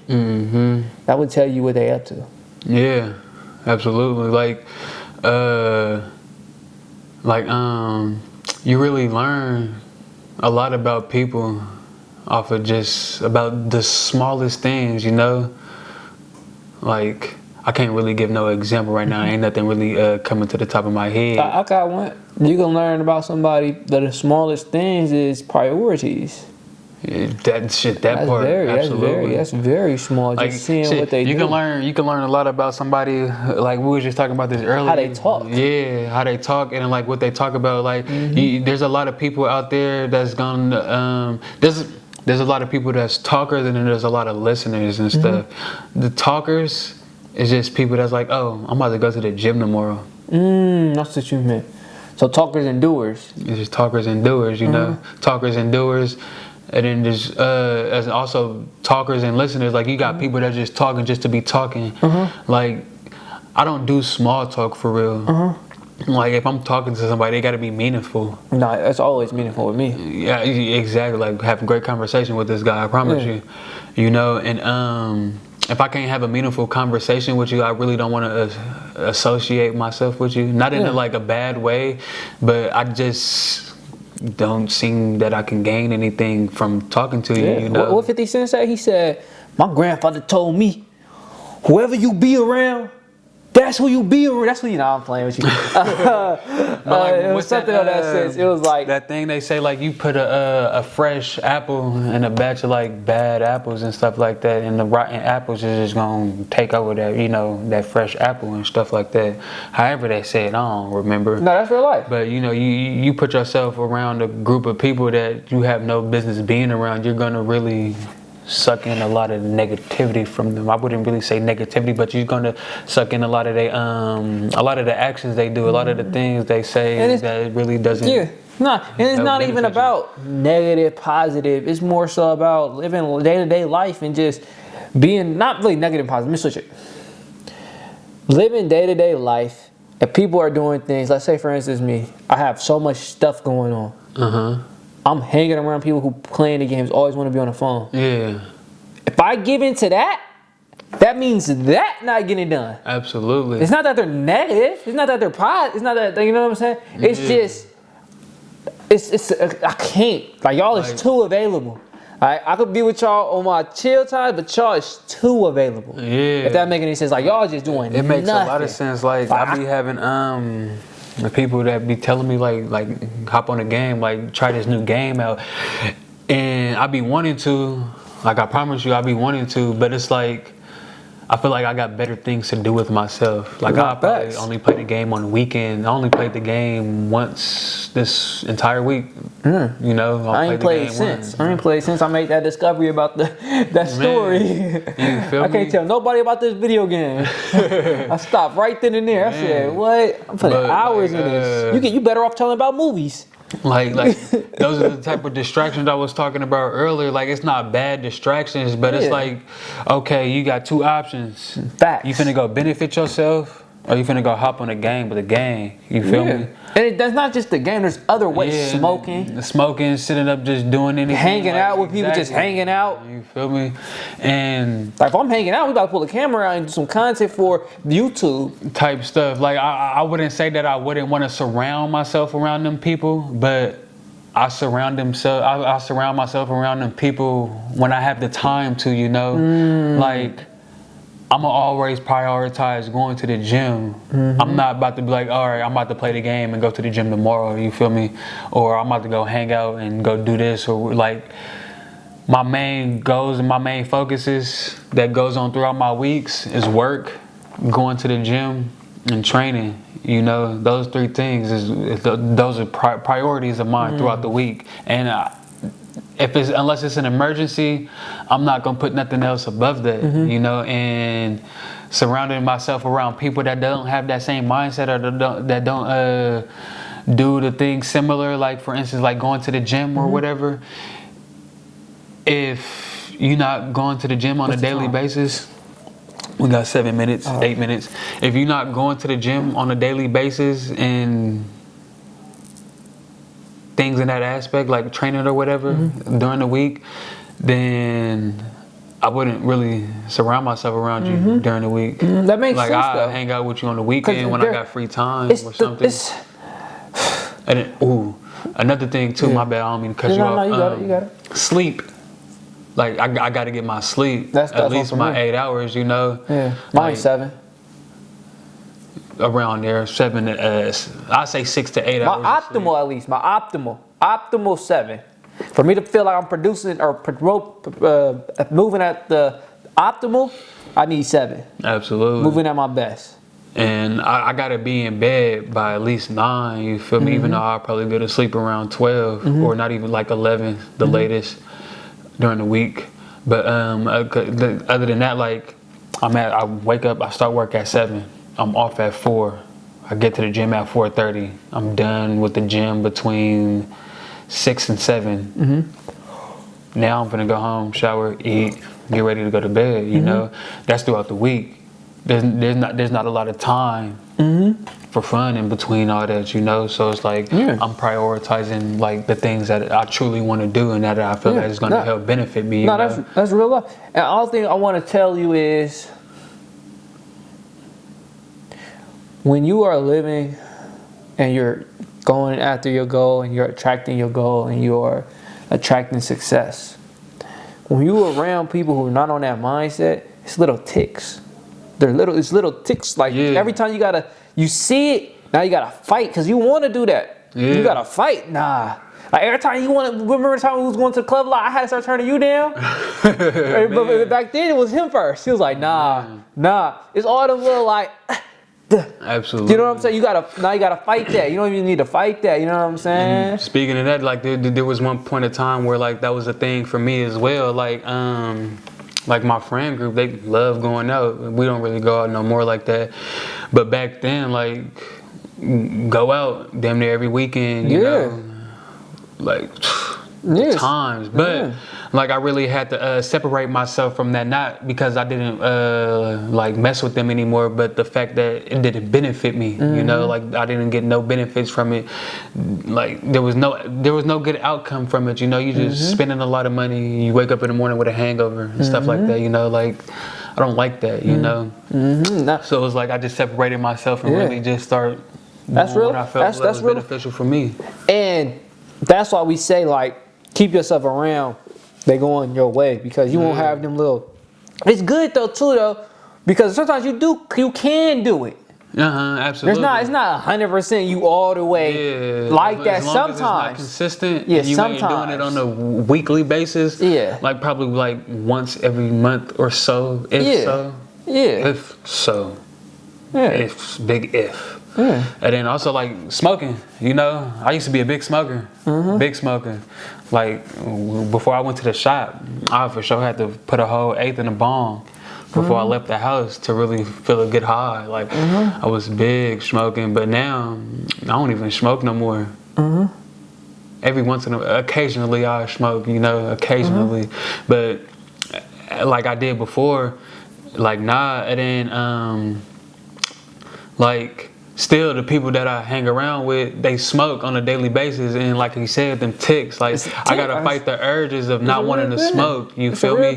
Like I can be sitting right here, cousin sitting right here, other cousin sitting right here, and they passing weed back and forth right in front of my face. You know what I'm saying? And it's like, damn, like I want to hit that some bad. I want to hit that so bad. And there's, like I said, occasionally there'll be times where I'm like, imagine if he just wasn't in there.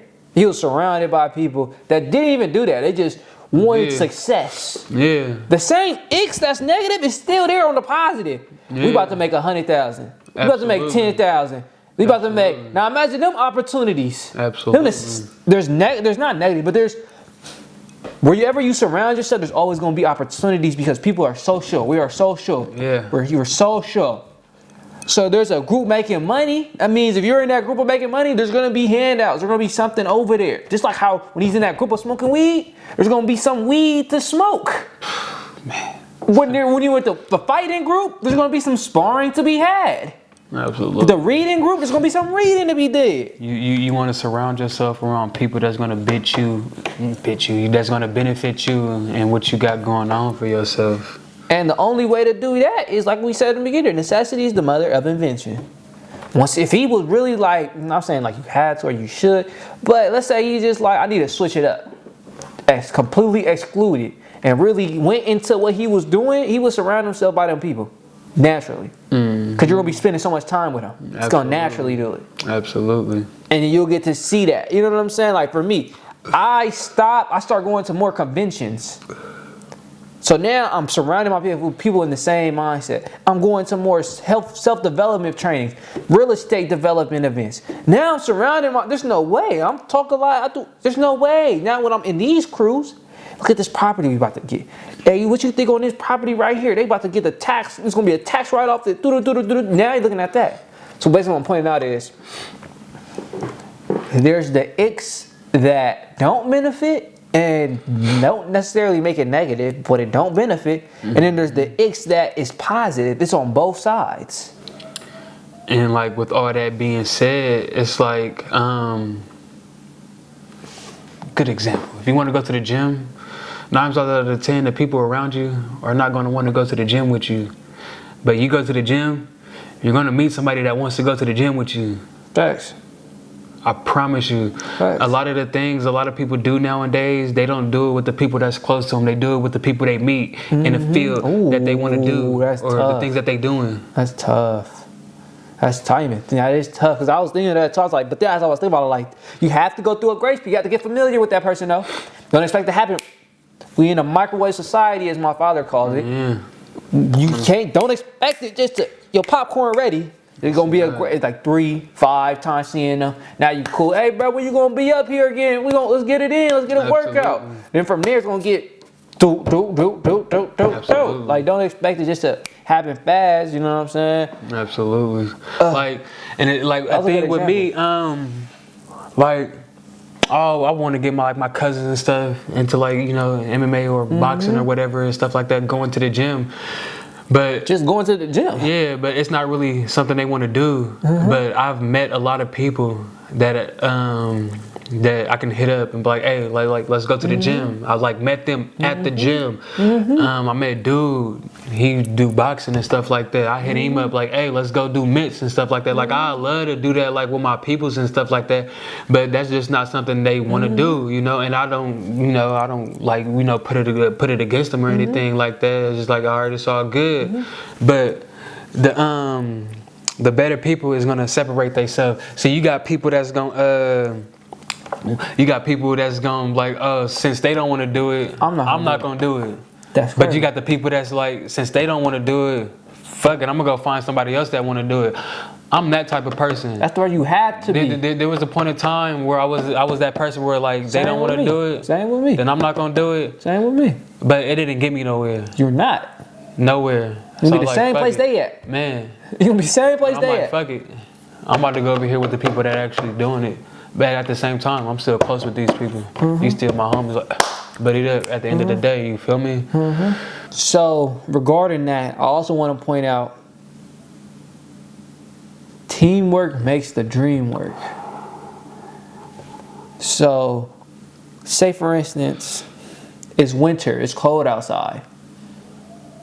I set a goal for myself to run 3 miles 2 weeks out the month. No, like 6 miles in total, 6 miles a month. So 1 week 3, another week 3. That's right. It is cold. So on those days where it's freezing, imagine if I had a partner. Not easy it'd be. Because in certain days it'd be so cold where I don't have the gear. I just want to stay inside. I don't like treadmill at all. If it was on treadmill, I wouldn't do it. So I'm running. So basically what I'm saying is teamwork makes the dream work, is because when they there and you there, it's like you're automatically doing it. Yeah. There's no days off when you have somebody else that's gonna check in with you. Let's go. Let's go. Let's go. There's no days off. So finding that dynamic, especially if you have a trouble, finding that dynamic is a must. And if you don't have the dynamic, create it, and people are gonna attract to you. They're gonna be attracted to you. Say I just started running 3 miles, 1.5. As I continually do that and telling people about it, they're gonna attract it to it. They're gonna be attracted to it. If y'all Marvel fans, how you think Captain America met Falcon? Running laps. Became best friends after that. If you know, you know. You feel me? You just gotta go out and do it, and the people is just gonna attract you to it. It's like a moth to a light. Yeah, no, literally. And then from there, you want to lock in with that. And it's going to be easier. That's what I'm saying. It's going to be easier, though. It's definitely going to be easier having a team. Having a friendly rival. Yeah, teamwork makes the dream work. Absolutely. And I just wanted to make it really clear to everybody that, like, what am I doing with this topic? I just wanted this topic to be up because I noticed that. I seen how it was the people that he was around. They smoked all the time, and then he ended up smoking. And that was just, not really an indicator, but like it made a blinker go off in my head, like, ooh. Light flash. Yeah, it's not really a bad thing. You know? It's just like the influence of others. Yeah. Now imagine if you were surrounded by people buying houses and they had ways to get loans, or he could get the house and do the same thing. And he does that. So it just made the flash like, okay, I really gotta take this serious. Absolutely. I really gotta take this serious. Like, I really gotta look at what they doing and take that serious. Like, I really do. And that's all I was making up with that topic. Now we're gonna talk about taking full advantage of every opportunity. I got a little story I'm gonna say first that brought this whole thing up. I was trading and I've been on a negative. Oh my God, the month of January for me personally has been terrible. I went like on a 0-6 run, which was trash. And I ended up winning finally. But it wasn't that run, that nasty run. It was a nasty run. But one of the days, the market on that server went down. So they was offering reimbursements, and I lost pure blank period. I lost the trade, but it was during the time they was offering reimbursements. So I'm like going through my day, not going through my day, but like going through that time period. I take a shower before I go to sleep. I go to sleep at 7 in the morning or 8 in the morning. So I took a shower. As I'm in the shower, I'm thinking, I'm like, I literally have nothing to lose if I just put in my little bid to get my reimbursement because I lost during the time period. And if they say like you can't get it, then you know what I'm saying, I'm already gonna be negative. So I might as well take advantage of that opportunity. Yeah, absolutely take advantage. And that is where I got this whole topic from, taking advantage of the whole opportunity, because I was in the shower, I was like, let them scare you, not you scare you. I'm telling you, these quotes is what I'll be living by. So I got the shower, clean, dressed up, you know what I'm saying, went downstairs, typed it in, sent it, automatically accepted. Now I got that reimbursement. Now imagine if I just stayed in the shower. So I was telling myself like, oh, that's a lot. You know, you lost the trade fair and square. There's no need to even try that. You lost. Nope, go do it. You know what I'm saying? The higher conscious, my higher level told me, go, you ain't got nothing to lose, do it. Did it, got my money back. Yeah, you know what I'm saying? That trade don't count no more. So technically, I'm 1 for 5. So for the month been pretty sick. But yeah, basically, I just want to talk about taking full advantage of every opportunity. I wonder if you had any experience on that. Shit, there's a lot of opportunities that I took advantage of. Share some little stories. For example, the reason why I started working at Shoe Palace, the owner of Next Level Cuts, the barbershop that I was working at, he was the manager at Shoe Palace. And I took advantage of that opportunity to work that job. Like, he was there, you know. He was like, oh, I got this job opportunity for you so you could be able to pay for the funds of getting into barber school and all that. I could have been like, all right, it's all good, and not went. You feel me? But I took advantage of that, like, oh, the opportunity is there. Let me go do that. Bam, I did that. Oh, let me point this out. Because I know you had it too. And I had it. Why do people not take advantage of every opportunity? You want to go first? I'll go first. I'll go first on that one. Depending on the opportunity that's given, a lot of people don't take the opportunity because they feel like the opportunity will always be there. Oh, like, take it for granted. Yeah, they take that motherfucker for granted, you feel me? Okay. Like, I've seen it, you know, like, motherfuckers got things lined up for them. Excuse my language, I'm sorry. Like, people got things lined up for them by people that's close to them and stuff like that, but they feel like because, like, it's lined up by somebody that's close to them, they be like, oh, it can wait, like it can happen later, you know. Like there was opportunities that I didn't take advantage of at one point in time. Like I could have got into a barbershop sooner than I did, but I didn't take advantage of it. But over time, I took advantage of it, you know. That's tough. So don't take it for granted. Don't take it for granted. Don't take nothing for granted because the opportunity is there doesn't mean it will always be there. That's you tough. know? Like that's tough. No, that's tough. So don't take it for granted. For me, the one I was experiencing when I was in that shower was not asking enough, not being assertive. For me, that's a lot of my opportunities come. I have to be assertive. Like I had to on the court dribble and have confidence. I had to go in there and talk my mess. Be like talking to a woman. I see a 2-piece, 3-piece, 4-piece, 1-piece that I like, whatever it is. That's an opportunity. I don't really go out that much. I need to take advantage of every opportunity. Yeah. And if I didn't take advantage, that's a direct line of not being assertive with my desires. Absolutely. Like, decisions. Like I'm not moving in line with my goals because it's easy not to. You know what I'm saying? It's easy not to do it. It's too damn easy not to do it. You feel me? And that's what I feel like be killing people. If it's like, you know what I'm saying? That's alarming. You're not challenging yourself. Yeah. If it's too easy and you just take the easy route, you're not how you gonna grow? Exactly. Like for example, the new gym that I go to out there in Oakland, one of the dudes that work there, he boxes. You know, somebody was telling me, one of the workers was telling me that he boxing because I was telling him that I do MMA. And like I said, like I be wanting to, like, you know, train with like my people's close to me and stuff like that, but they not really into it how I am. So I took advantage of that opportunity to go up to him and ask him like, hey, you box? Advantage? Yeah. What's up? You want to hold mitts for me every once in a while? Now me and dude, hella cool, you know. Shout out to LJ for real. He be giving me good ass advice, you know. And speaking of advice, if somebody is giving you good advice, take it. Don't take it for granted. Take it. You feel me? Do something with it. Like literally. Do something for it. You feel me? What's the point? Yeah. What's the point? What's the point? Just that, and then also taking when I was living out here, going to the gym out there. Now, stop. Before you say that one, let's pinpoint the reach. So let's make it very universal for people who are having a hard time taking advantage of every opportunity, right? What was it in you that got you to take, just like, you know what I'm saying, we may have said it before, I just want you to clear code and say it behind that story. Like, why didn't you not do it? You know what I'm saying? Why did you do it? Like, you know, if that make any sense? Like, It makes a lot of sense. Clear cut. So, like, with me, I want to be better at what I do. Okay, improvement. You feel me? Excuse me. I want to be better at what I do, and the only way I can do that is take advantage of situations that's given. You feel me? Like, how often is it you find somebody that trains boxing or MMA or do anything in your aspect? You feel me? Anything that you want to do. You feel me?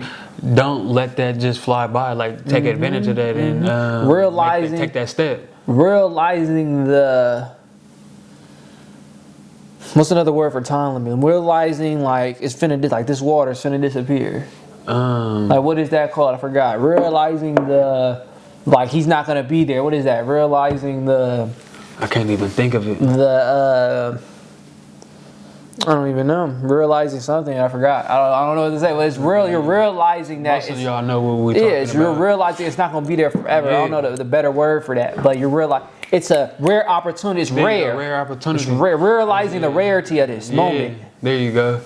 And like, it's rare, but it was improvement and realizing the rarity. Yeah. And like, I want to be better. You know, like I want to train. Like, there's only so much you can do by yourself when it comes to this. You know, like holding mitts is very good with training in MMA or boxing. You know, and then on top of that, I do MMA, but I'm learning fighting techniques from a boxer. You want to expand your inventory when it comes to something like that. You know, like, I don't know what a lot of y'all do out there, but if y'all put y'all situation into my perspective, then y'all really understand where I'm coming from. You really want to you got all these different books that's on the same topic, but written by 3 different authors and stuff like that. You got 3 different perspectives, 3 different minds on the same topic. You feel me? You want to read all 3 of these books to get all 3 of these different perspectives on whichever topic y'all looking at. You feel me? You training in MMA, you want to have your main coach, but also get tips and I can't even think of the word, but you want to grow. You want to get the knowledge from everyone else. You want to be a sponge. You want to be all around with it. Exactly. You want to be a sponge. You want to soak up all the game that you can. You know, that's taking advantage of the situation. Yeah, you feel me? And that's why I would say. So if we could break that down, is essentials why. Like, on how to take advantage of every opportunity is notice like need for improvement. If you don't have a need for improvement, then you're most likely going to let opportunities in that field slip. If you don't realize the rarity of an opportunity, then you're going to realize that slip. Like, search is a job. You got a job, right? That's high paying. Man. Thinking it's going to be there forever. That's an opportunity I take advantage of. Yeah, no, that's real life. You think that opportunity going to be there forever, so you don't even take advantage. So you just don't do your overtime. Don't really put your hours in. Like, it's going to be cool. You know what I'm saying? You fired. That was just a period. That was just a 6 months to a year. You didn't even get union yet. Man, you feel me? You got to really take advantage of the small things, because the small things could take you a long way. A long way. No, that's real life, and that's those 2 things.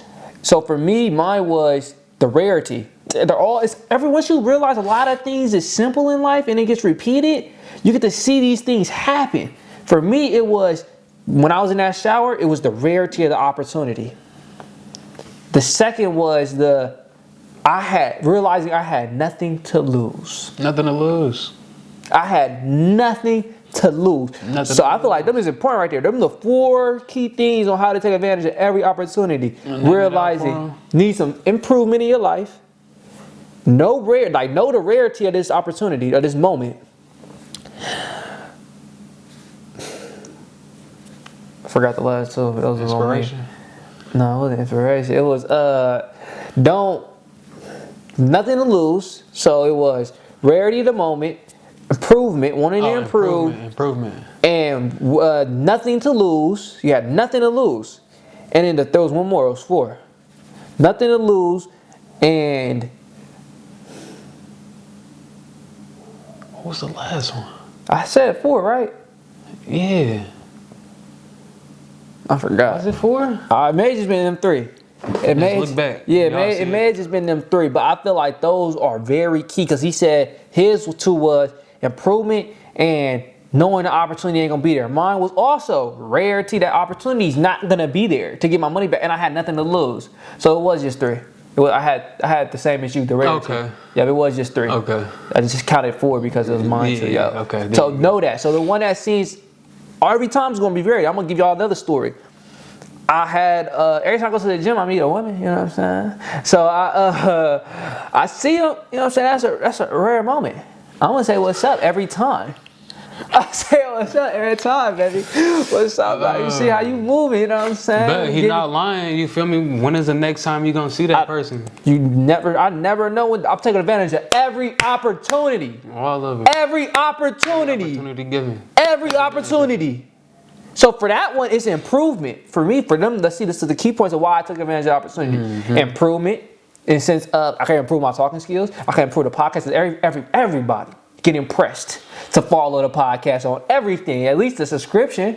Man. You get it, you know what I'm saying? I need something. Like, I don't even need it for me. I need it for that. I'm trying to grow something here. So, improvement of the podcast. What else is it? Rarity. I don't really see that. I don't really go outside that much. I don't see that many women, you know what I'm saying, a week. So I take advantage of everyone I see. You know what I'm saying? I just want to talk, get experience, they vibe. So that's why those are the 2 reasons for that. And I had nothing to lose. The 3 things. Them the 3 reasons why I take advantage of every opportunity. The worst thing that can happen is they say no. The worst thing you can happen. Some there is though. Let me tell you about this other example that I have it. It's an opportunity that's in my head that I haven't taken advantage of because I'm scared. It's not me that's scared. It's what other people around me is saying that has me scared. Okay. I have a Patreon. We have a good amount of people in there. I want to make an adjustment to the pricing. So that's if they're gonna still buy, or I can stay where I'm at. The adjustment to the price is gonna boost us to the next level. That's why I'm doing it. Everything you do it because you think it's gonna make you better. Absolutely. I think I'm gonna adjust the price and it's gonna take me to that next level. But I haven't did it yet because what if it doesn't? Now I'm pointing out right now why people don't too, though. I'm saying. I got a great example to add on to that. Because that's why I'm not. That's why I haven't did it. I had this in my head since probably last June. Last summer, I had this in my head to change the Patreon and hang it like that. But why haven't I did it? Because there is a risk here. Yeah, that's good. You gotta have the confidence to reinvent. He had to have confidence. Oh yeah, most definitely. To be limitless, you have to have confidence. You gotta have confidence on God. If you confidence, it'll take you a long way. No, we talking about real stuff. Like that's the reason why I have it, because I don't have the confidence. I had a confidence that no matter what I do, I'ma still win. But remember, cocky and confidence are 2 different things. I'd rather be on the side than cocky than too mellow. You'd rather be on the cocky side? I'd rather be leaning towards cocky than just being too mellow and not having enough confidence. See, I'm very in between. Yeah, that's what I'm saying. No, now let's say if you found the golden, I'm talking about you don't have a golden line. Would you rather be on towards your like humble, don't talk much highly about yourself? Humble. Oh, okay. Oh God. Yeah, no, I'd rather be on this side. I'm cool at the humble. I feel it. But you said you had a story to add on top of that little Patreon little thing. Working in the barbershop. I started off cutting hair at $25 for a regular haircut. By the time I left, I was charging $40 for a regular haircut. Double, or not double, but a little bit. I took advantage of it, and also it's like how he said, you don't know like how the outcome is gonna be. You feel me? The same thing. I don't know how the outcome was gonna be of me raising my prices, but it's a real thing. I know the positive outcome is that I'm gonna be getting paid more, and also the negative is that I can lose some clients. When I raised those prices, I probably did lose a couple clients, but you find out who your real loyal clients is. You feel me? And then off top of that, because I raised my prices, that gave everybody the opportunity to take advantage of me doing that to raise their own prices. Trendsetter. Absolutely.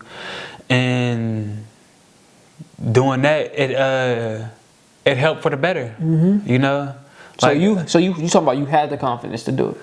Not at first. Like at first I didn't have the confidence. Okay. At first I didn't have it. I didn't. But what gave you the confidence? Just saying F it, YOLO? I was just about to say it. He just took the words right out of my mouth. But the way I was gonna say, I was like, fuck it, we ball. You feel me? And that's really all it was. Like, that's tough. That, man, it's one of my favorite things to say right now. But like when I first started working in the shop, it's not that I didn't have the confidence to work in a shop. I just didn't have the confidence of making the amount of money that I was making at the damn Shoe Palace. Yeah. Ooh. But okay. I said, fuck it, we ball. Ooh, so and the outcome was good. Now I'm making more money than what I was making at Shoe Palace. Ooh, that's tough. So you should lean on yourself. My first day working at the shop, that day alone, I made what I made in a week at Shoe Palace. And mind you, I was giving out free haircuts that day. Tough. I was giving out free haircuts and made more than I made in one day than I make it in a week at Shoe Palace. Tough. You was there for the grand opening? Nah, hell no. Oh, okay. But yeah, that was tough. That was tough. And what I wanted to point out too was, that's where it get tricky at. When it comes to self-improvement and it comes to balling, like you say, F it, we ball. Realize where you at, right? There's two things I would say. One is get grounded in numbers. When you don't know the numbers, like say for the Patreon, give me a number. This is what I would tell myself. This is what I'm gonna do. I need a number that I could hit. Let's say I want to make 5,000, right? Yeah. I need to know how many to get to that 5,000. I gotta judge it by what I'm doing now, right? Or before I even had that 5,000 number, where am I at now? How much I'm making? How much would I need from this new format to get that? Yeah. Now it don't look as scary because it's reality now. It's not intangible. So I would say get grounded in numbers, number one. When you ever have some fear of the unknown, bridge that unknown by like getting some numbers on it. You know what I'm saying? Some type of tangible information on it. Like for him with the barber, like when he cut like the Shoe Palace, for him to like get more confidence in doing it, I would formulate how many haircuts I need just to get to that. And then focus on that number. You know what I'm saying? And then it makes the goal a lot smaller. It makes it more realized. Like how he said that, working in the barbershop, I didn't really I had clientele every now and then. Like I was a mobile barber. Like I'd go out cut like probably 1 or 2 heads a week. Now working in a shop, mind you, I'm cutting 1 or 2 heads a week. I'm not thinking of cutting 1 or 2 heads, not even 1 or 2 heads, like 2 to 3 heads a week. I'm not thinking of cutting 2 to 3 heads a day. I'm still going off based off of 2 to 3 heads a week. You feel me? And like what I had realized, like once I started working in the shop, not only do you have your set clientele, you're also gonna have people that's walking in wanting to get their hair cut and stuff like that. And so going in, I'm not really thinking about that for real. You know? So he basically said lack of foresight made him take longer. Yeah, really, lack of foresight really made me take longer to get into it and stuff. But me just saying fuck it and taking that step, that's what I did. And the outcome was better than I expected it to be, you know? And what's crazy is, even if it fell off, right, because there's certain people who aren't in this situation, but realize it ain't the end of the world. It's not. If you fail. It's not. Because if he failed in that situation, he probably could have got the same paying job at Shoe Palace, like another Shoe Palace type of paying job. Man. If he jumped off the porch. Now, mind you, it may get bigger when you make $100,000 a year. You want to jump and get your own business and make $100,000 a year on your own terms, right? So it may the jump gets bigger, but always know you still got the same credentials. You can still get back in it. Don't be afraid to fail, because you don't want to lose everything. No, you got everything once. You could do it again. I don't want to cut you off, but I need y'all to listen to this analogy real quick. We all play Mario. You played Mario on the Wii. You feel me? You know, you start from the beginning. You work your way up through the level, then you reach a checkpoint. Yeah. Even if you don't reach that checkpoint, you just work yourself up to get close to this checkpoint. Bam, you fail before you reach the checkpoint. You start from the beginning. Everything you just did to get to that checkpoint, you already know what to do. You already know what to. Ooh. You're going to burst through that with ease. Now you reach that checkpoint. Now you at a new checkpoint. And even if you got to go back from the beginning. Listen, once you at this checkpoint, you're not going back to the beginning no more. You at this checkpoint now. Now you at this checkpoint, you finna keep going. Bam, you just failed halfway through. Instead of going all the way back to the beginning, you go back to this checkpoint. Ooh. So on until you reach the. And real life example, look at him and look at me. And you feel Even if everything we do there, I can fall out, I need a camera, give me some money. Give me a camera. What do you need? Clippers. Give me some fucking clippers. I'm gonna cut somebody's hair. That's brutal to jump. That was real. Absolutely. Now I ain't gotta work in shoe palace no more to get to where I'm already at. That's real life. I don't even cut hair no more in a barbershop. You feel me? If the job I had now was to fall off, cutting hair. You feel me? Starting over again. You know, and I'm not starting over from the beginning. I'm starting over from my last checkpoint. This ain't with me. I don't have to. This is tough. This is real life knowledge right here, y'all. This is real knowledge right here. This is like, that is tough. That was tough. That was tough. And that's the whole point of jumping off the points. We're grounding back and taking advantage of every opportunity. You got to take advantage of it. So for me right now, this is advice for me too, and for everybody out there. Do it. Because you already reached there, so that means you could reach it again. You got the knowledge on how you did it. Don't be scared. If this don't work, just go back to what you was doing and make that, what you was making in. Man. Just go back to it. Shit, you may be going down, but you ain't going all the way down. Like, come on, bro. And another thing too, when you reach rock bottom, say I'm here. I just hit this table. I can't go no further down. The only way to go is to go right back up. And what's crazy, you got checkpoint. Like if you got a certain wealth, you should have a certain network. If you was to fall, you have a network of people who can help you rise back up. Absolutely. So just get off that, you know what I'm saying? Stay social. Yeah. Stay social.